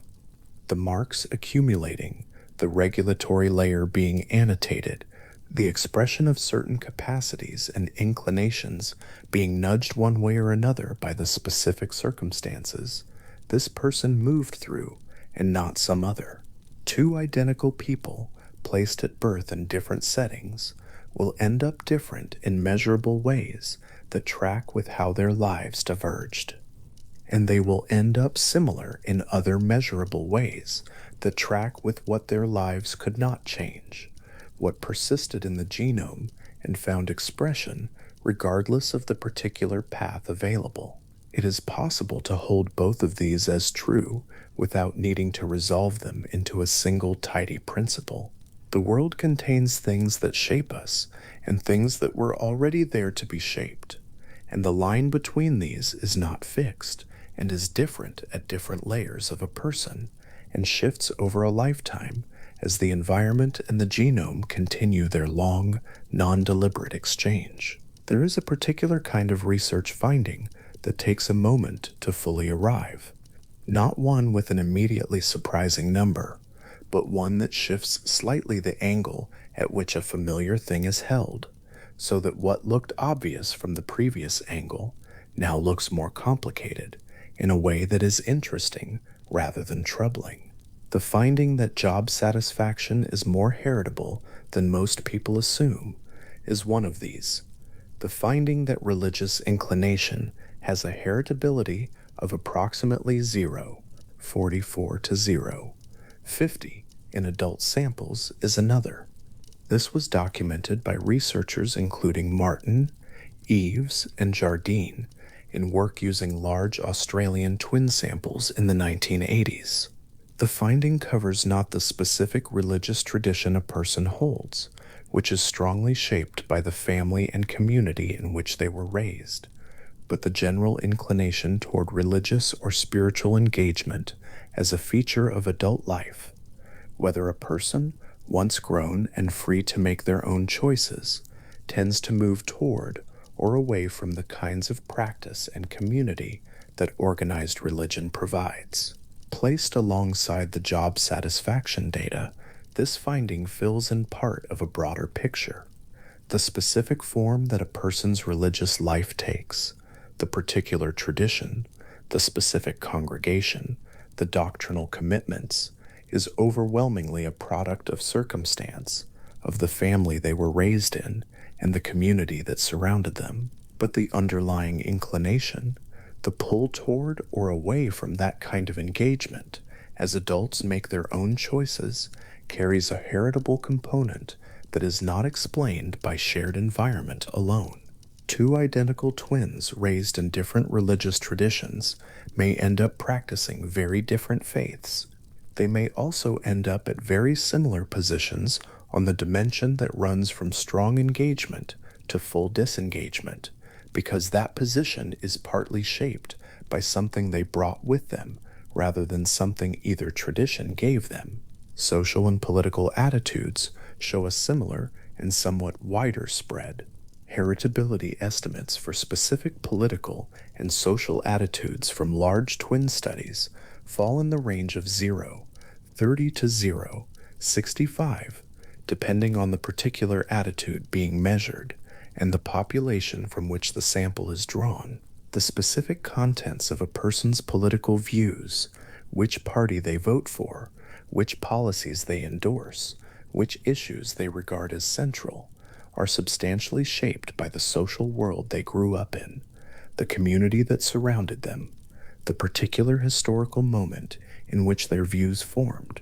But the underlying dimensions along which political views vary, something like openness to change versus preference for order, or concern for in-group cohesion versus concern for broader equity, carry heritabilities suggesting that the position a person ends up occupying on these dimensions is not simply an accident of the specific household and community that shaped them. Here, too, the specific form is given by circumstances. The underlying dimension along which the person is positioned carries something that the circumstances amplify and direct rather than purely create. The researcher who sits with these numbers across many years arrives at a picture of the human being as a remarkably persistent thing, not rigid. The epigenetic data alone shows how substantially a life inscribes itself, but persistent in the sense that a river is persistent. Change the specific path the river runs, add obstacles, reroute it through different terrain, and the river is genuinely altered. What the river does is different, but the river goes on being water, goes on moving toward the sea, goes on finding its way around or through the obstacles that circumstance presents, because those things are properties of what water is, rather than of the particular channel it has been given. A genome is not a river, and the analogy has limits, but the persistence it describes of certain underlying features expressing themselves across radically different circumstances is what the data keeps returning to. Two researchers sitting at separate desks in separate cities, each looking at the same correlation coefficient in data they collected independently, are in a position that is itself a small illustration of the phenomenon they are studying. The same feature of the world, showing up twice, arrived at by separate routes. The number is not surprising to either of them. It is consistent with what the other numbers in the data set have been pointing toward for several years. It settles into the picture the way a piece settles into a puzzle, not the piece that reveals the image for the first time, but a piece that makes the image a little more complete, a little more clearly defined at one particular edge. One more finding is worth moving slowly through before this territory gives way to something quieter. In the long-running data from large twin studies, when researchers have examined the fit between a person's heritable vocational interests and the work they actually end up doing, the degree to which the person's measured predispositions have found a match in the occupational environment they've landed in, this fit turns out to predict job satisfaction more robustly than many other variables that seem more obviously important. Not income level, not job security, not objective measures of working conditions, but the fit, the degree to which what the person is inclined toward is what they are actually spending their days doing. The fit between a disposition and its environment, arrived at through the accumulated small choices of a working life, proves to be one of the more durable predictors of whether a person finds their work satisfying. What this looks like from the inside is not mysterious. It is the specific physical ease of sitting down in a room where the work makes sense, where the problems being solved are the kind of problems this person finds it natural to think about, where the social texture of the day is roughly the kind of social texture this person does not find exhausting. It is the absence of that low, persistent friction that comes from spending the workday in the wrong shape. A person who has found this fit may not think of it as anything remarkable.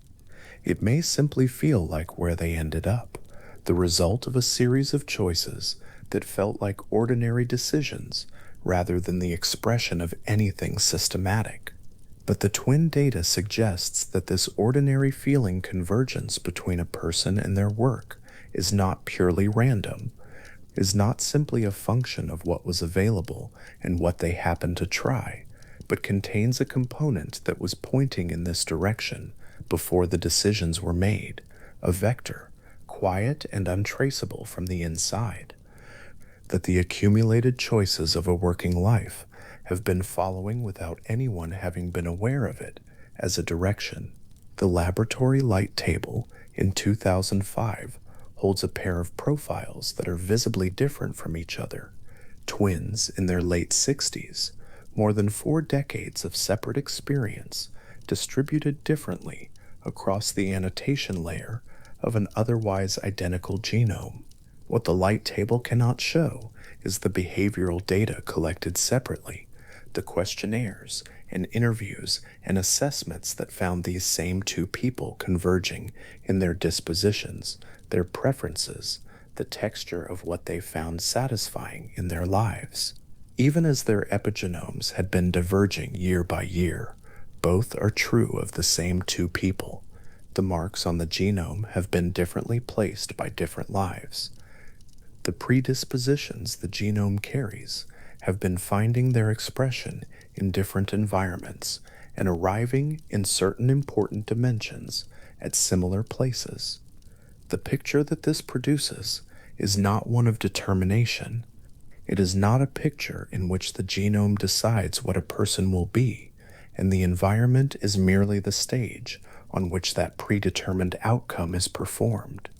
It is a picture in which both are doing real things, in which the environment has real power to shape and direct and inscribe, and in which the genome has real power to incline and predispose and persist. A life is the record of those two forces conducting their exchange.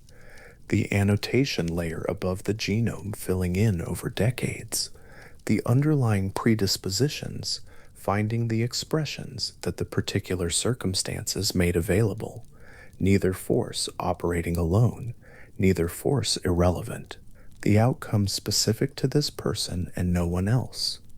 However many similarities a pair of separate lives might reveal when placed side by side, two rivers in different landscapes, moving in different terrain, shaped by different rock formations and different gradients, each carrying a different load of sediment, each having been altered by the specific floods and droughts of the region they pass through, and both moving, by routes neither river chose, toward the sea. The convergence does not require that either river knows the other exists. It requires only that both rivers are water, that water moves toward the sea, and that this is what water has always done, long before the particular valleys that shaped these two particular rivers were formed. The routes are different, the destination is the same, and the landscape that shaped each route has left its marks in the specific way each river moves, the particular bends it has developed, the places where it slows, and the places where it quickens, records of everything that the terrain has done to what was always going to find its way downhill. The findings gathered across decades of research into twins raised apart do not simplify the question of what shapes a human life. If anything, they make it wider. The question of where a person comes from, which parts were carried in, and which parts were written in, cannot be fully answered by pointing at either the genome or the environment and declaring that one was doing the decisive work. What the data keeps returning to is something more like the ongoing relationship between the two, the long conversation that produces a person who is both deeply particular and in certain important ways deeply consistent with what they were before the conversation began. In a classroom in 1949, 39 students sat at wooden desks and read a single printed sheet. Each face wore the same expression, a small private recognition, the look of someone finding their own outline in a mirror they had not expected. The sheets were identical. Every student held exactly the same description. Not one of them knew that. The psychologist who had handed out those sheets was named Bertram Forer, and he had conducted a small, careful experiment.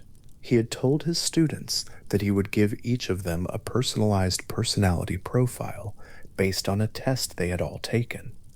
What he gave them instead was a single paragraph, the same for everyone, assembled from an astrology column and worded broadly enough to feel precise. Then he asked them to rate how accurately the description captured who they were.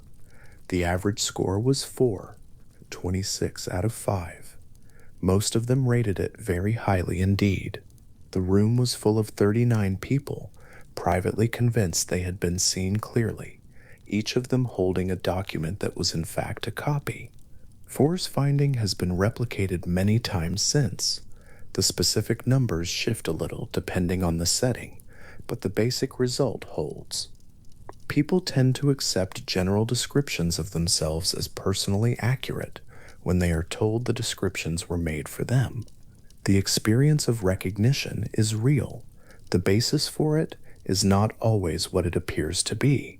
What the mind encounters is a reflection that fits, and the mind accepts it, and the fit feels genuine, because the mind is not primarily in the business of checking its own impressions.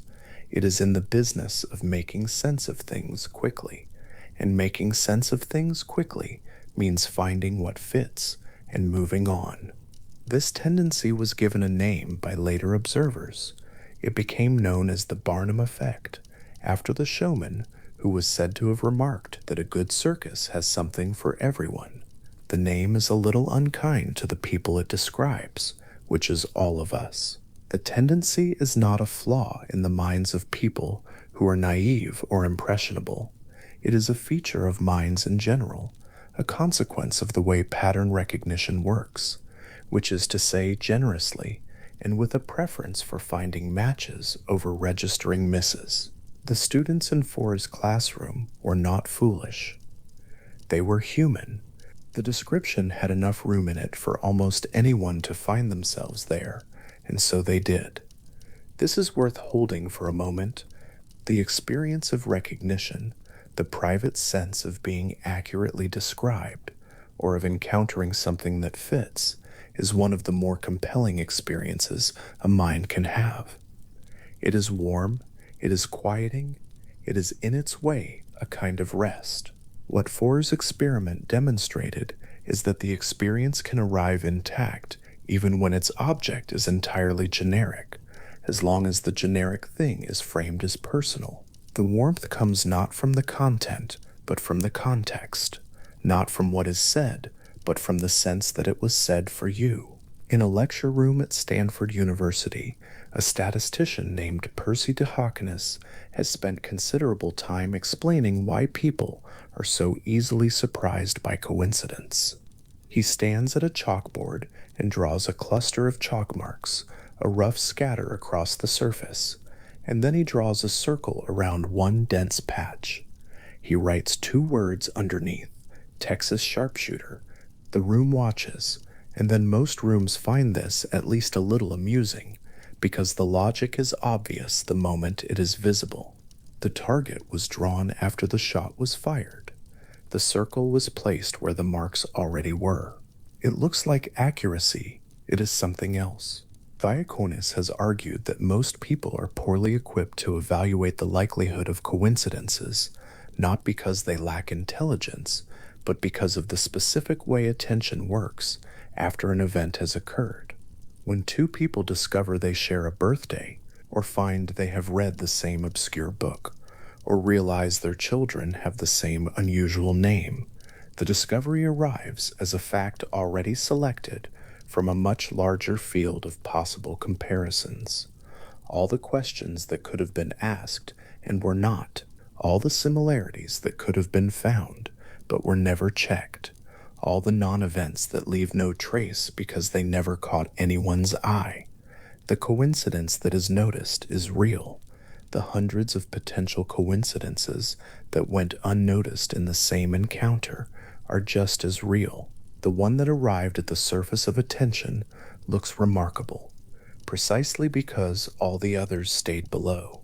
This does not mean coincidences are uninteresting. It means they are more common than they feel, and that the feeling of astonishment that accompanies them is itself worth examining. Diaconis is not in the business of debunking.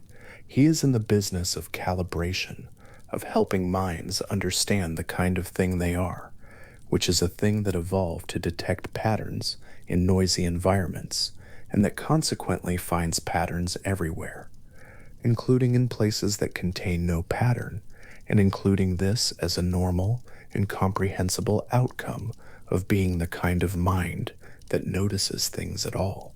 A German psychiatrist named Klaus Conrad wrote about this quality of the mind in 1958. He used the word apophenia, drawn from Greek, meaning something like the coming forth of what is otherwise hidden, to describe the spontaneous perception of connections between things that are in fact unrelated. Conrad was working in a clinical context, describing a particular experience that appeared in certain mental states. But later researchers began to argue that the underlying tendency was not exclusive to those states. The psychologist Peter Brugger extended the idea across the decades that followed, arguing that apophenia was not an aberration, but a baseline, a background feature of ordinary cognition, present in everyone to varying degrees, part of the same system that allows a mind to read faces in random shapes and hear voices in white noise. The system that produces apophenia is the same system that allowed early humans to detect a predator in the rustle of leaves before the predator became visible. A mind that erred towards seeing patterns would sometimes see patterns that were not there, but it would also see the ones that were. The cost of a false positive, a pattern perceived where none existed, was small. The cost of a false negative, a real pattern missed, was potentially fatal. So the system evolved to lean toward detection, toward connection, toward the sense that things are related, even when the evidence is thin. This is not a mistake the mind makes. It is the mind working as it was shaped to work, in conditions that no longer require it to work quite so urgently as they once did. The practical consequence is that the world appears, to a human mind, to contain more meaningful patterns than it strictly contains by objective measurement. This is not a deficiency, it is an orientation. The world contains a very large number of things, and the mind is very good at finding connections among them, and the connections it finds often carry a warmth and a weight that feels proportional to something true, even when the statistical underpinning of the connection is less impressive than it seems. When the Jim twins' reunion was reported in newspapers in 1979, the story spread quickly. It appeared in hundreds of publications. It was described on television. It was retold in conversations, and then in books, and then in articles that cited the books, and then in later pieces that drew on the articles. Each retelling was in some sense an act of compression. A news story has limited space, and the details that survive the compression tend to be the most striking ones, the ones that make the story feel most complete, most coherent, most shaped. Researchers, including the psychologist Susan Blackmore, have documented how this process works across the life of a widely reported story and what it tends to produce. In the early accounts of the Jim twins' reunion, the details were reported with their original texture. Some things matched, some things almost matched, some things didn't match at all, and the distinctions were noted. The twins had different occupations. Their wives had different names in the marriages that ended. One twin was somewhat more assertive than the other in social situations. These points were part of the record, but as the story moved through its retellings, the contrasts received less space, and the convergences received more. The rough edges of the actual account were smoothed slightly, not through dishonesty, but through the natural operation of what narratives do when they are passed from one telling to the next. The story became a little more symmetrical than the facts were. The list of similarities became a little more polished. What emerged over the years was a public account of the Jim twins that was more dramatic than the documented one, though the documented one was already genuinely interesting. The convergences were real. The dogs named Toy were real. The white benches were real. The matching first marriages and the matching names for their firstborn sons were real. The story did not need embellishment, but stories that move through culture do not stay still, and the Jim twins' story moved very far, and in moving it acquired the kind of smooth, satisfying shape that makes a story easy to remember and easy to repeat. The story that most people know is a slightly idealized version of a true account, and the true account is still remarkable. The two things coexist without either canceling the other. This is worth knowing, not because it makes the story less interesting, but because it makes it more accurately interesting. The actual account of two men whose lives converged across decades of separation, the real record of what matched and how closely and what didn't, is a more honest and more durable thing than a polished legend. It holds up to examination. It does not need the examination avoided. The details that are well established are sufficiently striking without the ones that have been smoothed into legend alongside them. In a library archive room somewhere in the early 1980s, a microfilm reel sits in a metal canister on a metal shelf alongside a row of identical canisters. Each contains a newspaper on film. Pull the right reel and advance the frame, and there it is, the Jim twins story, printed in one more publication, one more version of the account settling into the public record. The room is quiet. The fluorescent light overhead is indifferent to what is stored below it. The reels hold what they hold. The story that passed through them and emerged into the culture is not quite the same as the story that went in, but the story that went in is still there, preserved in the frames, waiting for anyone who wants to go back to the original rather than the version the original became. Nancy Siegel has spent decades in close proximity to the original record. She studied under Thomas Bouchard at the University of Minnesota and later established her own twin studies laboratory at California State University, Fullerton. Over the years, she has conducted interviews with dozens of reunited twins, not just the Jim twins, not just the specific pairs whose stories received the most attention, but a much wider population of people who had grown up not knowing a twin existed, and then, at various ages and in various circumstances, encountered the person they shared a genome with for the first time as an adult. What she has found across those interviews and across those decades is a consistency in how reunited twins describe the experience. It is not universal.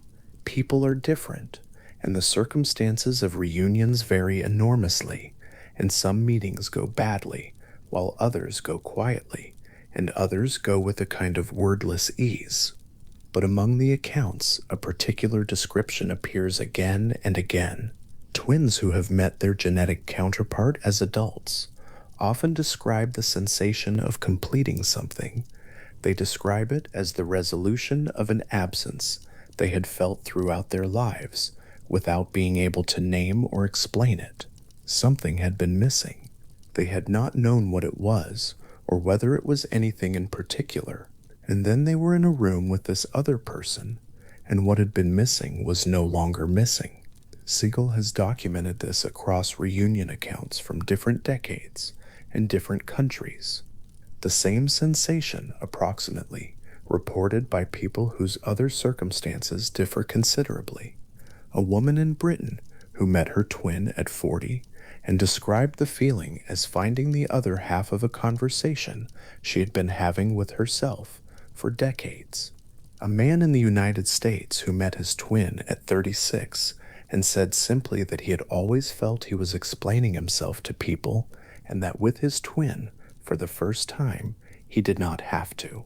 An Australian woman who sat in an airport with her twin for the first time and felt, she said, like a window that had always been slightly open was now closed, and the room was quieter than it had been.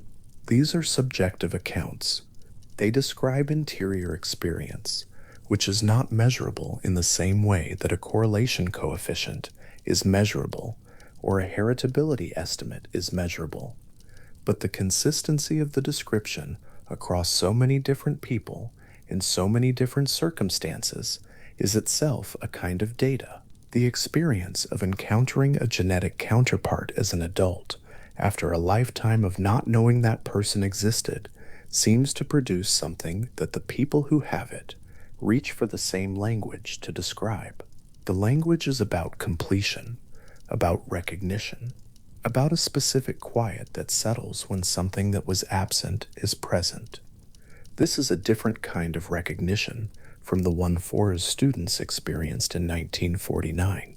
The recognition in that classroom was produced by a generic description that could have fit almost anyone. The recognition that reunited twins describe is specific. It is grounded in the actual other person, in the specific way they move their hands, or the specific way they laugh, or the specific expression that crosses their face in a situation that calls for it. An expression that the person watching has worn themselves their whole lives without anyone else wearing it. The recognition is not of a description, it is of a mirror, and the mirror is a living person. The mind that notices patterns is the same mind that experiences that recognition. The two things are not in opposition. A mind that evolved to detect connection, to find the similar thing within the field of dissimilar things, would, when presented with an actual genetic twin, find something that is not a false positive. The pattern is real. The similarity is documented. The recognition is grounded. What makes the twin reunion experience interesting is not that it is an error of pattern recognition, but that it is a case where pattern recognition finds exactly what it is looking for, which is another version of the same thing, and finds it where the evidence genuinely supports it. The ordinary human experience sits somewhere between Forr's classroom and the twin reunion room. Most recognition is neither entirely groundless nor entirely documented. Most of the moments where things feel connected are real in some respects and shaped by the mind's preference for connection in others. This is the ordinary condition of being a person in a world that contains a great deal of information, and a mind that has limited time and limited resources to evaluate all of it, and that consequently does what it evolved to do, which is to select the significant and to build a coherent picture from the pieces that fit. The coherent picture is usually close enough to work with. It is almost always not the complete one. The complete one would require attending to everything, including all the things that did not match, all the retellings that diverged from the original, all the potential similarities that were never checked. The picture the mind builds is useful and livable, and generally accurate enough for most purposes. It is also partial in the precise sense of that word. It reflects a preference. It leaves things out. It is organized around the things that arrived at the surface of attention and stayed there. On a clear morning in early spring, in a town in Ohio, the air is cool and still. The street is quiet. A bird is somewhere in a tree at the edge of the yard, doing what birds do in the early part of the morning, which is not much that can be seen from here. The grass in the backyard is wet with dew that caught in the night and is now beginning to be released by the slow arrival of the sun at a low angle over the fence. The yard is not large. There is a fence and a tree and a few tools leaning against the side of the house, and at the far end of the yard, against the fence, a wooden bench painted white. The white paint is not new. It has the quality of paint that was applied with care a few years before, and that has since weathered a little, and that is now somewhere between fresh and worn, still white, still intact, but beginning to show the surface that is under all paint when the paint has been outside long enough. The wood beneath is solid. The bench is steady on its legs. In the dew of the morning, the grain of the wood is faintly visible through the paint in a few places, the way the grain of wood sometimes shows through things when the light falls on them at a certain angle. Nobody built this bench from instructions. Nobody was told to build it. The man who built it had a woodworking habit and a backyard and an afternoon with a reasonable amount of time in it, and the bench appeared as things appear when someone has the materials and the inclination over the course of that afternoon and a few after it. The bench is not unusual. There are benches like it in many backyards. It holds the weight of a person sitting in it without complaint. In the mornings it holds the dew, and in the afternoons it holds the sun, and in the evenings it is simply there, at the far end of the yard, at the edge of the light. The man who built it does not think about the other bench. He does not know, with any daily awareness, that in another town, not far from here, another man built something very similar, from the same kind of impulse, in roughly the same period of time. The bench exists for him as the bench he built, not as one of a pair. It is a thing he made because he wanted a bench, and he had the wood, and he had the afternoon. That is the full history of it, as he knows it, and yet the other bench exists. Both benches exist in their respective yards, in their respective towns, each holding its own dew in the early morning and its own sun in the afternoon, each a thing made by a pair of hands that shared a genome with the other pair. Neither bench knows about the other. The benches have no capacity for knowing anything. They are wood and paint and a particular arrangement of joinery, and they persist in the way that objects made carefully tend to persist, which is quietly and for some years. What is true of the benches is true of a great many things in a world full of people who share more with each other than they are usually in a position to notice. Parallel lives run parallel without knowledge of each other. Similar habits form in different households. Similar preferences accumulate in separate cities. The world is full of things that echo each other at a distance, across the ordinary separations of geography and time, and the simple fact that most people never encounter most other people, and the echoes go unheard because there is no one positioned to hear both at once. When there is someone positioned to hear both, when a researcher is sitting in a room with two people who share a genome and who have arrived from different lives to that room, the echoes become audible. The notebook fills, the pencil marks accumulate, the correlations are calculated. What looked from inside each individual life like simply the way things are, looks from the outside like something worth measuring. And then the measurements are taken, and the measurements produce numbers, and the numbers suggest something about the way human lives are shaped that was not visible before the numbers existed.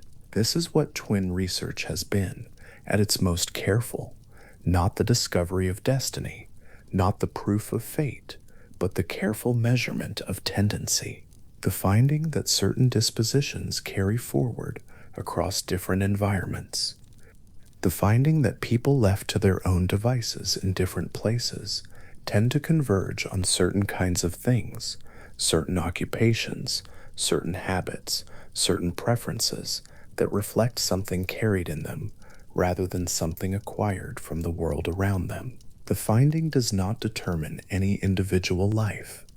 It describes a general tendency across many lives, a signal detectable only in the aggregate, invisible in any single case. The mind that built the bench in the Ohio backyard was not following a program.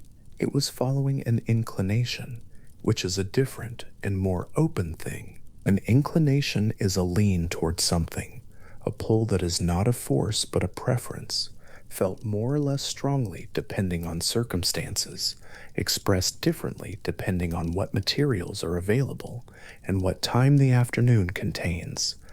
The bench is the expression of an inclination in a particular moment. It is also a particular bench in a particular yard. Both of these things are true at the same time and do not reduce each other. The same is true, in somewhat more complicated ways, of most of the things that make a person who they are. The inclinations are real and partly inherited and documented in the literature. The life in which they are expressed is specific and unrepeatable and full of things that happened one way and could have happened another. The person who emerges from the intersection of those two things, the inherited disposition and the particular life, is neither reducible to the disposition nor entirely separate from it. They are the expression. The bench is the expression. The dog named Toy is the expression. The Salem cigarette at the end of the afternoon is the expression, and the Miller Lite in the evening, and the white Chevrolet in the driveway, each of them a particular thing, and also a pattern made visible.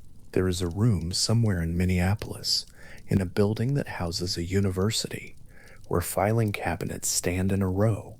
Inside the filing cabinets, in folders arranged by case number, are documents, questionnaires, test results, notes, transcribed interviews, physiological measurements, the accumulated record of more than 100 pairs of twins who came to that city to be measured. The documents are not dramatic.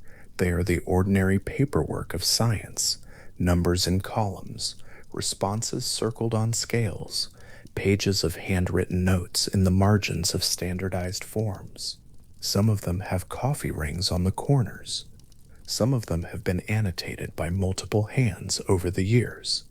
The documents contain, taken together, a picture of something, not a complete picture, because the complete picture would require information that no study has yet managed to collect, but a genuine and substantial picture of the degree to which the lives of genetically identical people resemble each other when those lives are lived apart.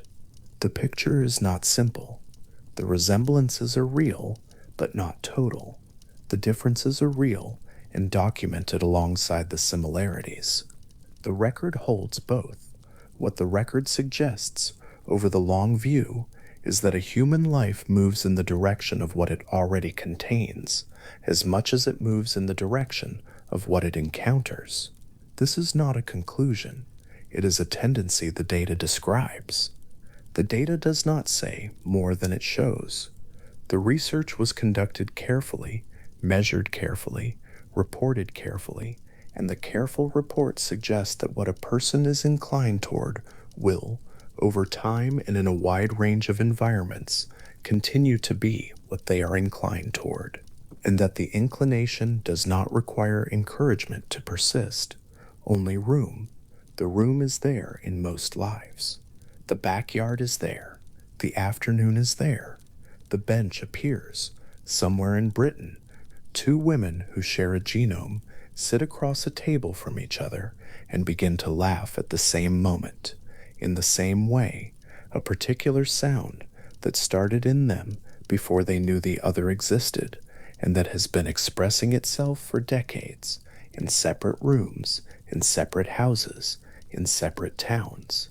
The laugh arrives as it always has. It is not performed.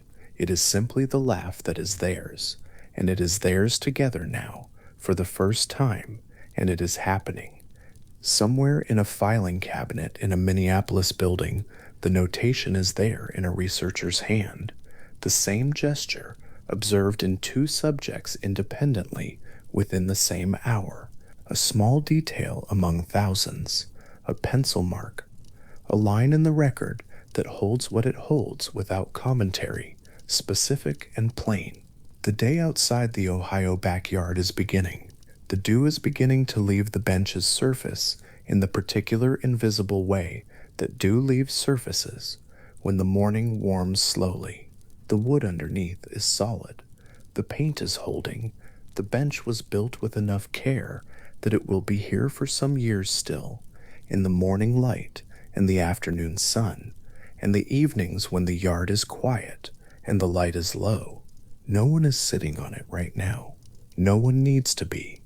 The world continues in the way that it does when attention has been turned elsewhere, which is fully and without pause, carrying the things it carries in the way it always carries them, the benches in the backyards, the documents in the folders, the laughs in the bodies of the people who hold them, the inclinations pressing gently toward their expressions in millions of separate lives, none of which knows the others, and most of which never will. The reels of microfilm sit in their canisters on their shelves. The notebooks sit in their drawers. The interviews sit in their transcripts. The correlations are what they are. The small wooden bench in the Ohio backyard holds the early light on its surface now, the grain of the wood faintly visible through the white paint in the places where the light falls at its lowest angle. The dew is almost gone. The bird in the tree at the edge of the yard has moved somewhere else or is simply quiet.